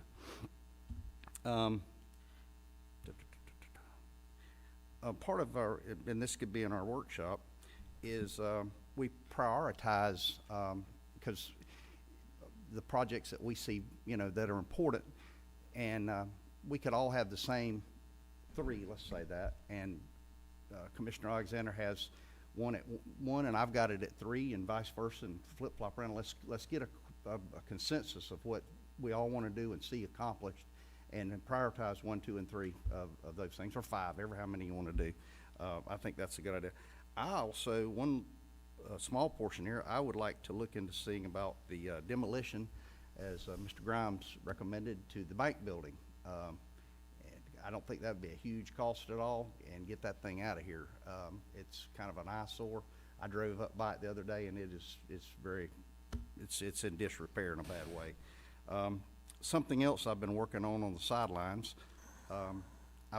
In one of our discussions, we talked about, you know, all the industry that we have here in Putnam County, and that various commissioners on this board have not been and seen some of the things that are here, and how they operate and how they work. And when we're out abroad in the state, and we can talk knowledgeably about, at Georgia Pacific, I watched a little chip go in one side and paper towels come out the other end. So I think that's the good thing. Anyhow, I've already arranged tours with GP Marble today, which they make marble cabinets and ship them all around. They're very big outfit. Seminole Electric, learn a little bit about how they make electricity, and L&M Farms. all this will certainly be done when we have warmer climate. But I have two more on my list that I have not contacted, and that's Camarco Foods and Certainty Gypsum, because I think those are big things. The Camarco people are the ones that bought our spec building, sorry, thank you. And they're doing a whale of a job. Commissioner Alexander and I have already been out there, but I would go again. Mr. Camarco is a very nice man, and just tell you all about it. And it's an interesting process, but Hoverson, I'm sorry, I don't know where you got the name Camarco. So we want to schedule a workshop. Can we just do it after next Tuesday's board meeting on the 10th? Is everybody available for that? Madam Chair, Yes. would that give staff enough time to pull all that together, or maybe on the 24th I mean, at it's a 2 workshop. o'clock? It's a workshop. It probably may be better to have it and provide them with some more direction as to what they need to pull together. We just need to formulate what we feel is a priority, in my opinion. Commissioner Palacier? I'm sorry, I didn't know, I didn't hear you. So on this workshop, are we wanting to specifically talk about the IT and VA expansion, or are you wanting to have Talk about everything. Just talk about the buildings. I think that was the the main. buildings? Yeah, the buildings we own. All right, Any is there, projects that we want to see accomplished. so what is it you would expect staff to have with them on hand? Well, for us to prioritize it, I don't think they have to have anything. We have to decide what we want to see done. Mr. Suggs raising his hand. Okay. There is a little information as, and I applaud Commissioner Palacier for pushing these things forward. But part of our conversation yesterday that we need to have again today, I guess, is when we start talking about having someone come in, look at that facility down there to give us an estimated cost for fire suppression, so to speak, we're gonna need to know a little more information, a couple of things. One is intended use and then occupancy. Those numbers are going to drive, if I'm not mistaken, our anticipated cost for that renovation portion of that building. So when we start having those conversations, if we can get a little more direction on that so we can have a better estimate of cost for those fire suppression systems for that You're facility. referring to specifically IT and VA? No, ma'am, I'm referring to the Old Pantry Pride. and Okay, that okay, type of so we stuff. have a couple things. We have Yes, the ma'am. IT, VA. Yeah, we've already, we can move forward and have further conversations on IT. So and we're veteran prepared to have a services. workshop on IT, VA. If that's the direction of the board, that's fine, but when we start getting quotes on the fire suppression, we do have someone's, that may be able to meet with us either later this week or next week. We're gonna need a little bit more information so we can narrow that cost down a little bit for Madam for Chair. fire Yes. suppression. What, I think Mr. Suggs is not understanding me. Well, I think that building is important, I do. But let's say the rest of these say, that's way down the list. Well, we're not gonna talk about it, you know? It's not gonna go there. So I'm saying just prioritize what we want and then move forward with getting information. Just come up with the 3 or 5, how many things we want, put them in an order. And that'll make a determination on where we proceed as far as That's the right. pricing on it. The- But as long the as we Picture don't, Pride building could be not even on the list, but and one. as long as it doesn't exceed 50% of the, or the occupancy of the building, we can move forward with the VA and the IT because it doesn't impact the fire suppression system. One caveat to that too, I would also like to suggest that previously we had discussed the liquidation of some of our surplus properties to help, I would like to see that help pay for some of this as well. Oh, sure. So we have money there that if we could potentially move some of these items, that it wouldn't impact the general fund and it would help provide us the funding to do these projects with dormant property, and it's also going to return it to the tax rolls. I don't think, excuse me, Madam Chair, I don't think staff will probably agree with this, but let's just say the Pantry Pride building does not get a thumbs up from everybody. It's a dump. It's done. It doesn't leak. We've got a great surplus piece of property with the highway patrol building over there. Mr. Grimes says it's full of all kind of things that he needs. Move it over here, put that building on the market. I think we have a lot of bigger discussions. I'd like to go ahead and set up our February 10th workshop for the ITVA discussion, because we've been discussing that for a long time. And I want to go ahead, is everybody on this board available after February 10th in the afternoon, after our morning meeting, for a discussion specific about ITVA expansion? And then if it rolls into other things, or we have to set a second workshop, we can do so. Yes, ma'am. Is that at 2 o'clock? Yes, 2 o'clock. Okay. All good, Mr. All good. All Pelister? good for me. All right, Working her down now. we will set a workshop for the ITVA expansion at 2 o'clock on February 10th. Do you need further direction than that? No, ma'am, we're good, thank you. Okay, all right. Are you done with your comments, Yes, sir? ma'am. All right, so we've just had a wonderful day today. A couple things, we've had some hot topic items. First of all, I will say a couple things about the Ocklawaha restoration.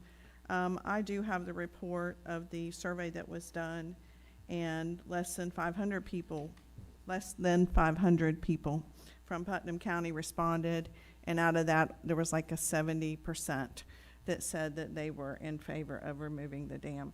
So no, I don't consider that survey as a good poll of our populace, because less than 500 people doesn't represent 78,000 people. I have received plenty of calls and stops in the grocery store, stops at the restaurants. I've received a lot of people saying that they want to keep it. I have received some saying they want to take it down. I mean, that's just part of what we do, right? We get both sides of the story. But if you're going to Tallahassee and you're saying that 70% of the people in Putnam County want to remove Rodman, well, that's not true, because your number is 70% of less than 500. So that's your numbers, not mine. The second, the U.S. Navy is going to take a very soft landing on this and certainly not say that they're opposed because they're the U.S. Navy. However, we do know that once you flood Rodman out, the helicopter pads that they normally lay on for their, that they normally land their helicopters on, are now underwater. And so I would also question if the water is not going to affect, if we can do a complete drawdown or we completely empty the reservoir, I guess I have a question, and if Mr. Mattson wants to meet with me, or Mr. Myers, that'll be fun, to discuss how does that same property that we're worried about flooding not flood. So if we're saying that if the dam breaches, it's going to have a failure, and that we're going to flood out 500 homes, but if we increase the water capacity to where it's always down, then are those same homes not affected? Does the water not rise? Because if you go back and look at aerial photography, when the original Ocklawaha was in place prior to the dam, Sportsman Harbor historically was underwater. If you look at that aerial photo, it was wet. There's water standing there. So we did, somebody in this process allowed those homes to be built. They probably shouldn't have been built. And they, in today's standard, they should be all on stilts, but they're there, and now we have to deal with that. But, so the question I do have is, if the water is restored, if we're restoring the Ocklawaha, how, and we're saying it's before the dam, but yet we have aerial photos that show that that area is underwater before the dam, how would they not be underwater today? So that's a couple questions that I do have, but either way, it's in the hands of the legislature, and that's where it's at. But I just think that you should be honest in your discussions and say, and provide honest information. For instance, there's not a, it is one of 94 dams that's considered high risk in the state of Florida, but yet it's the only dam that's being discussed to be removed. As I stated before, there's 12 other dams on the Ocklawaha River. Moss Bluff Lock and Dam was built in 1925, and it's 100 years old. So where's the discussion of taking that out? Or any of the other dams that are on the river, on the Ocklawaha River. So if we're going to say restoration, taking out one dam out of 13 is not, in my opinion, a full restoration. It's a partial. And if you're not going to fill in the barge canal, is that what it's called? What's it called? The lock and all of that. If the proposals that I've seen does not include filling that in, then it doesn't create a restoration either. My son said it to me best. He said, if you buy an antique car and you slap 4 brand new tires on it and you call it a restoration, that's not a restoration. If you buy an old car, an antique car, and you strip it completely down and you can truly restore it, then that's a restoration.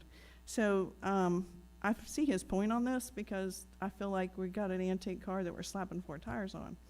And we're spending a lot of money when in 2021, an independent engineer, and I have the report on my desk, evaluated that dam, Rodman Dam particularly, and it was considered satisfactory overall condition and structurally satisfactory. And that's the highest rating that it can receive. It wasn't deemed fair, it wasn't deemed poor, it wasn't deemed unsatisfactory, it was deemed satisfactory in 2021. In the 22-23 legislature, the state of Florida added $1.6 million to repair it in the FDEP budget, to bring it up and repair it and make necessary adjustments to it, maintenance and that such. So it's not really, while people want to say in Tallahassee that it's, all of a sudden it's going to implode, it's just not true. Like I said, the Palatka Dam is 100 years old. And in 2021, this structure was deemed satisfactory. So I would find it hard to believe that would be anything different today. So I'm going to take on another big subject since we're having this discussion, cold weather shelter. So hold on to your seats, here we go. Last week, or the week of the 16th, 18th, we did have the county with some assistance from the city, but mostly a lot of assistance from volunteers, was able to open up the SMA building, which is owned by the county, but it is not close to the city. It's a little bit out there. And so what happened was, on the first night, after being told that there was going to be a shelter open all the way up till 3 o'clock, we finally got word that that was not going to happen for a cold weather shelter. So we scrambled very quickly as staff, and was proud to say that we pulled it off, and we were able to open a cold weather shelter out at the SMA building.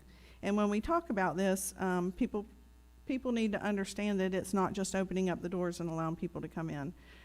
We had fire EMS went and got cots that we have in storage. We got some bedding, which is disposable and sanitary. We also worked with Bread of Life to provide food. And the first night, it was manned mostly by EMS, and Palatka Police Department did provide transportation. And then I brought the food, and I went back at 3 o'clock. We set it up, and then I went back at 3 o'clock in the morning. And from 3 to 7, me and Miss Yvette Reyes was there to watch the rest of them. You have to have 2 people on duty the entire time that they're there. So that was the first day. The second day was completely ran by volunteers, and it was completely transportation was completely done by volunteers. The third day was a little bit more challenging, and we did get Palatka PD stepped up, and they provided a officer on both watches, so from 7 p.m. to 1 a.m. and from 1 a.m. to 7 a.m. But again, you have to have 2 people on staff, and then the rest were volunteers. We had 6 people the second night, 8 people the third night. On the second night, we were able to truly put 3 people in homes, temporarily in homes, so that we took 3 people off the street. Again, I myself made chili. Mr. Suggs one day brought sandwiches. So we did everything we could during that time, but we were pushed to do something in a quick time frame. The building out at SMA is not available. That building is going to be turned into the 15-bed facility that's going to be opening up on February 9th. So the county does not have a building that we can identify that has the right infrastructure in it to open a cold weather shelter. That's close to the city or within the city limits. Everyone that we got was from the city of Palatka, and when I say that, that's not meant to be detrimental, it's just the way it is. We did not get people, for instance, from San Mateo, East Palatka, Francis, Hollister. We asked everybody where they were from. We knew where they were from because we were picking them up. So whether they were actually in the city's jurisdictional boundaries or not, who knows. But at the end of the day, we pulled it off. So now we're in a cold weather time. And to Mr. Killebrew's point, I understand where he's coming from, and I have the same concern of what do we do with a cold weather shelter. But the county as we sit today, does not have a facility that we know of or identify that we're going to use. So before I move on, I think Mr. Suggs, do you have comments that you'd like to see? I know you've been working with the city manager. Yes, Madam Chair. At your direction yesterday, we started. Wow. I understand. I've been working with the city manager, texting back and forth since yesterday at your direction, Madam Chair. The latest information I received, and I just now received it at 11:45, was that the city was looking at opening up a shelter using Jenkins. They're looking at gearing it up for about 20 people, and they're looking at, based on the weather pattern right now, they're looking at the possibility of 7 days. Yes. What they're doing right now is they're estimating their costs for the shelter. And one of the requests that's going to come in from the city, I'm receiving it now, is if we can help them with the cost of that sheltering for the next 7 days. And so I'll get more information as that comes in. And if you would like, Commission, Madam Chair, I'll just work, if I could, through you, and then we can communicate need to do. But right now, it does look like the city's going to step up and possibly do something at the Jenkins School. That would be wonderful. I think it's definitely needed. We can support them in any way. If we have to go down and have a meeting with them, we can. Is the board okay with me handling that? Can I get a wave of support? Do you need some finances to go along with that? I don't think that we know that yet, but I guess. There's an initial request based on an estimate, but we don't know the final cost yet, and I would rather not have that discussion here until I can get some final cost estimates from the city and work directly with the chair, if that's okay. And you have the authority for a certain amount as well, right? A threshold. Madam Chair, I want to applaud you for taking the lead on this. I've helped in the background as Yes, much you as have. possible. But again, I know this is something near and dear to your heart. You've been working with Feed the Need for years. Bread of Life. Bread of Life, I'm sorry. It's okay. Yes, I know. But we've discussed that before. I mean, you put money where your mouth is on this. I've helped where I can, but you have done a fantastic job. So Thank I'm you. glad to hear that the city has Found a decided to location. partner with us. Yeah. That's the only way we can accomplish this. We've talked about collaborating with the city, and I think this is a great first step in moving forward with these discussions and setting a permanent plan in place so we're not scrambling like this again. Yeah, I think that long-term we'll figure out something going forward, hopefully, and it's not, and volunteers are good, if you know who the volunteers are, but you have to have a little bit of a vetting process, right? You just can't have anybody come in the building to be there, so there's that part of it.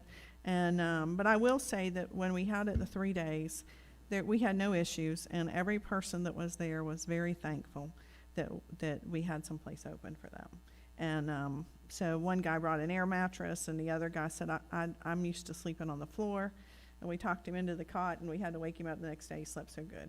So there's a lot to this than just, again, opening the doors. I know other counties, some of them, like Bradford, I saw where they had the sheriff's office basically opened up their lobby and said people can come in and sit in a chair, and they had a bathroom, and that was the end of that was it. But at least they had a place to get out of the cold. And we are definitely seeing temperatures we haven't seen before. And in my experience in working with cold weather shelters over the years, usually 10 to 15 days in an annual period is most you're going to see. To see 7 days in a row or 5 or 6 days in a row we haven't had that. I think the most I ever remember when I worked at Bread of Life shelters was 4 days. So this will be a different time. I have been watching the weather too, and I do think we're going to be into it.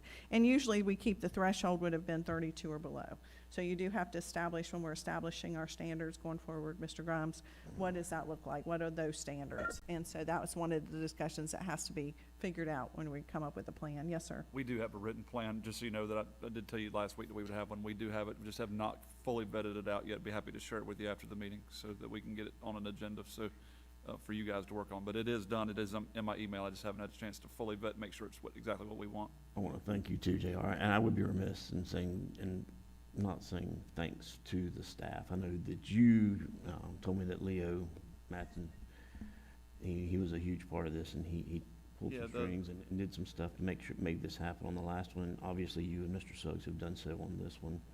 Thank you. Yes, so the cold weather, I just shout out to emergency management, right? I called Stefan and asked him, said, hey, can you get this together He's got it together. He's got a formalized plan. Everything is in there, from transportation to how many days we've frozen over the last 5-year period is all included in that document. Him and Ms. Danny did a great job. He's even got a list of volunteers, community outreaches, things like that that's in there. We can subtract them, take them out, but I'd like to sit down maybe with the chair if she's got time soon, and let's get it ready, and we'll look at it as just a cold weather sheltering for the board, so we enact a policy. That way it's not up for really a debate every year, every time. It's whenever this thing triggers, much like when we have a hurricane, we come to you guys and say, hey, we got a week of cold weather, and it's in a policy, it's written, knows how it's gonna go, and that way it just is like a well-oiled machine, just like our EOC runs during a hurricane period. And the two challenges are, first, the location, and second, how you're gonna staff it. So you gotta, like I said, you gotta have two people on staff for 12 hours to oversee it. And so we did them in 2 shifts, 6-hour shifts, is how we did it. And most of the days, if we were able to, we let them stay in and sleep longer than 7 a.m. because, as we know, a lot of times that's when you're really getting cold, is 7 to 8, or like we saw this morning, that was 30 degrees or less. So, yeah, there's a lot to that. So I appreciate that conversation. And I wanted to also say thank you to the community paramedicine program. Nikki was there, Cameron was there on different shifts. We have good people in that program, and they have a good heart for people, and I've seen their compassion. They're good people. So with that, I see a couple lights lit. Commissioner Alexander, do you have anything else you wanted to add? No, ma'am, I think I've covered it all. Thank you. All right, Commissioner Pelletier. Mine is a happy note. I looked through my notes here. Please excuse the inconvenience of Palm Avenue, but it is being repaved and it is smooth, and I like that. That is being done with Better Place money. Mr. Stout, I'd like to see those signs put up on each end of that road somewhere denoting that our citizens know that is done with the BPP money. Thank you so much. That's it for me. Yeah. All right, and then Mr. Newbold. I just wanted to thank you for spearheading this cold weather shelter issue. We are going to have temperatures that we haven't, durations of cold weather we haven't seen for probably 30 years. You often see these cold weather shelters in big cities, in large municipal areas, and rural counties and cities have challenges doing this sort of thing. And it just, we're often lamented that we don't play well with the city. Well, that is really changing.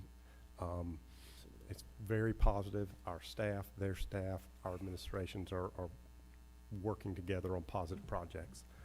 I hope that as this project evolves, that outlying areas such as Interlochen and Crescent City will be able to find a way to effect some help in those areas as well. I don't know if the transportation will work right away, but it's a long-term goal. I'd like to make sure that's incorporated into the plan. And transportation was an issue when we were out at SMA. It really is. It's not a place that someplace somebody can just, bring all their stuff and walk to. So that was the issue. I did know the week that we did it, those 3 days that we were doing it out at SMA, Interlaken Soup Kitchen had some people out there.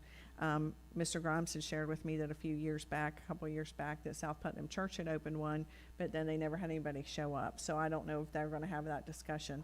And just so everybody will know, historically, this has always been done through our non-profits and through churches coming together and collaborating, not necessarily government, because sometimes we tend to be more, I don't know, we don't always have the compassion sometimes that we need to. And so what's the word? Institutionalize. And I don't want to institutionalize this. I want it to be where people feel comfortable to come in and that kind of thing. And you do set rules. Obviously, if somebody's acting out or having a distress, that's a different situation than somebody who's saying, hey, I just want to come in the cold. And everybody that came in, again, they come in washed up. We fed them, they laid down, and they were asleep because they were ready for a good night's sleep. And again, they were very appreciative. So I'm glad that we can work with the city. I'm glad the city's found a location, and I'll work with Mr. Suggs, and we'll work with the city to figure out what that means on the counties and of that. So with that, that's all I have to say. I think we've said a lot. And I do want to say thank you to the Bostwick Blueberry Court for once again coming to Rural County Days. They really shine when they're there in their beautiful blue dresses and crowns, and those young people are very talented. They were out and shaking hands and giving out flyers and giving out the blueberry muffins or whatever we had this year, and so they did a good job with that. So. That one young man would not take no for an answer. No, you were getting something. You- Yeah. I don't know his name, but if you could acknowledge him, he was an impressive salesman. He's got a Yes. future. Yeah, there was lots Jace of. Moyer. What? Jace Moyer was his name. Jace Moyer? Yes, Yeah, he yes. He was quite impressive. Yeah, he was. He was quite impressive. All right, with that, I'm sorry we ran over a little bit. Is there anything else to come before the board? All right, with that, this meeting's adjourned. Thank you.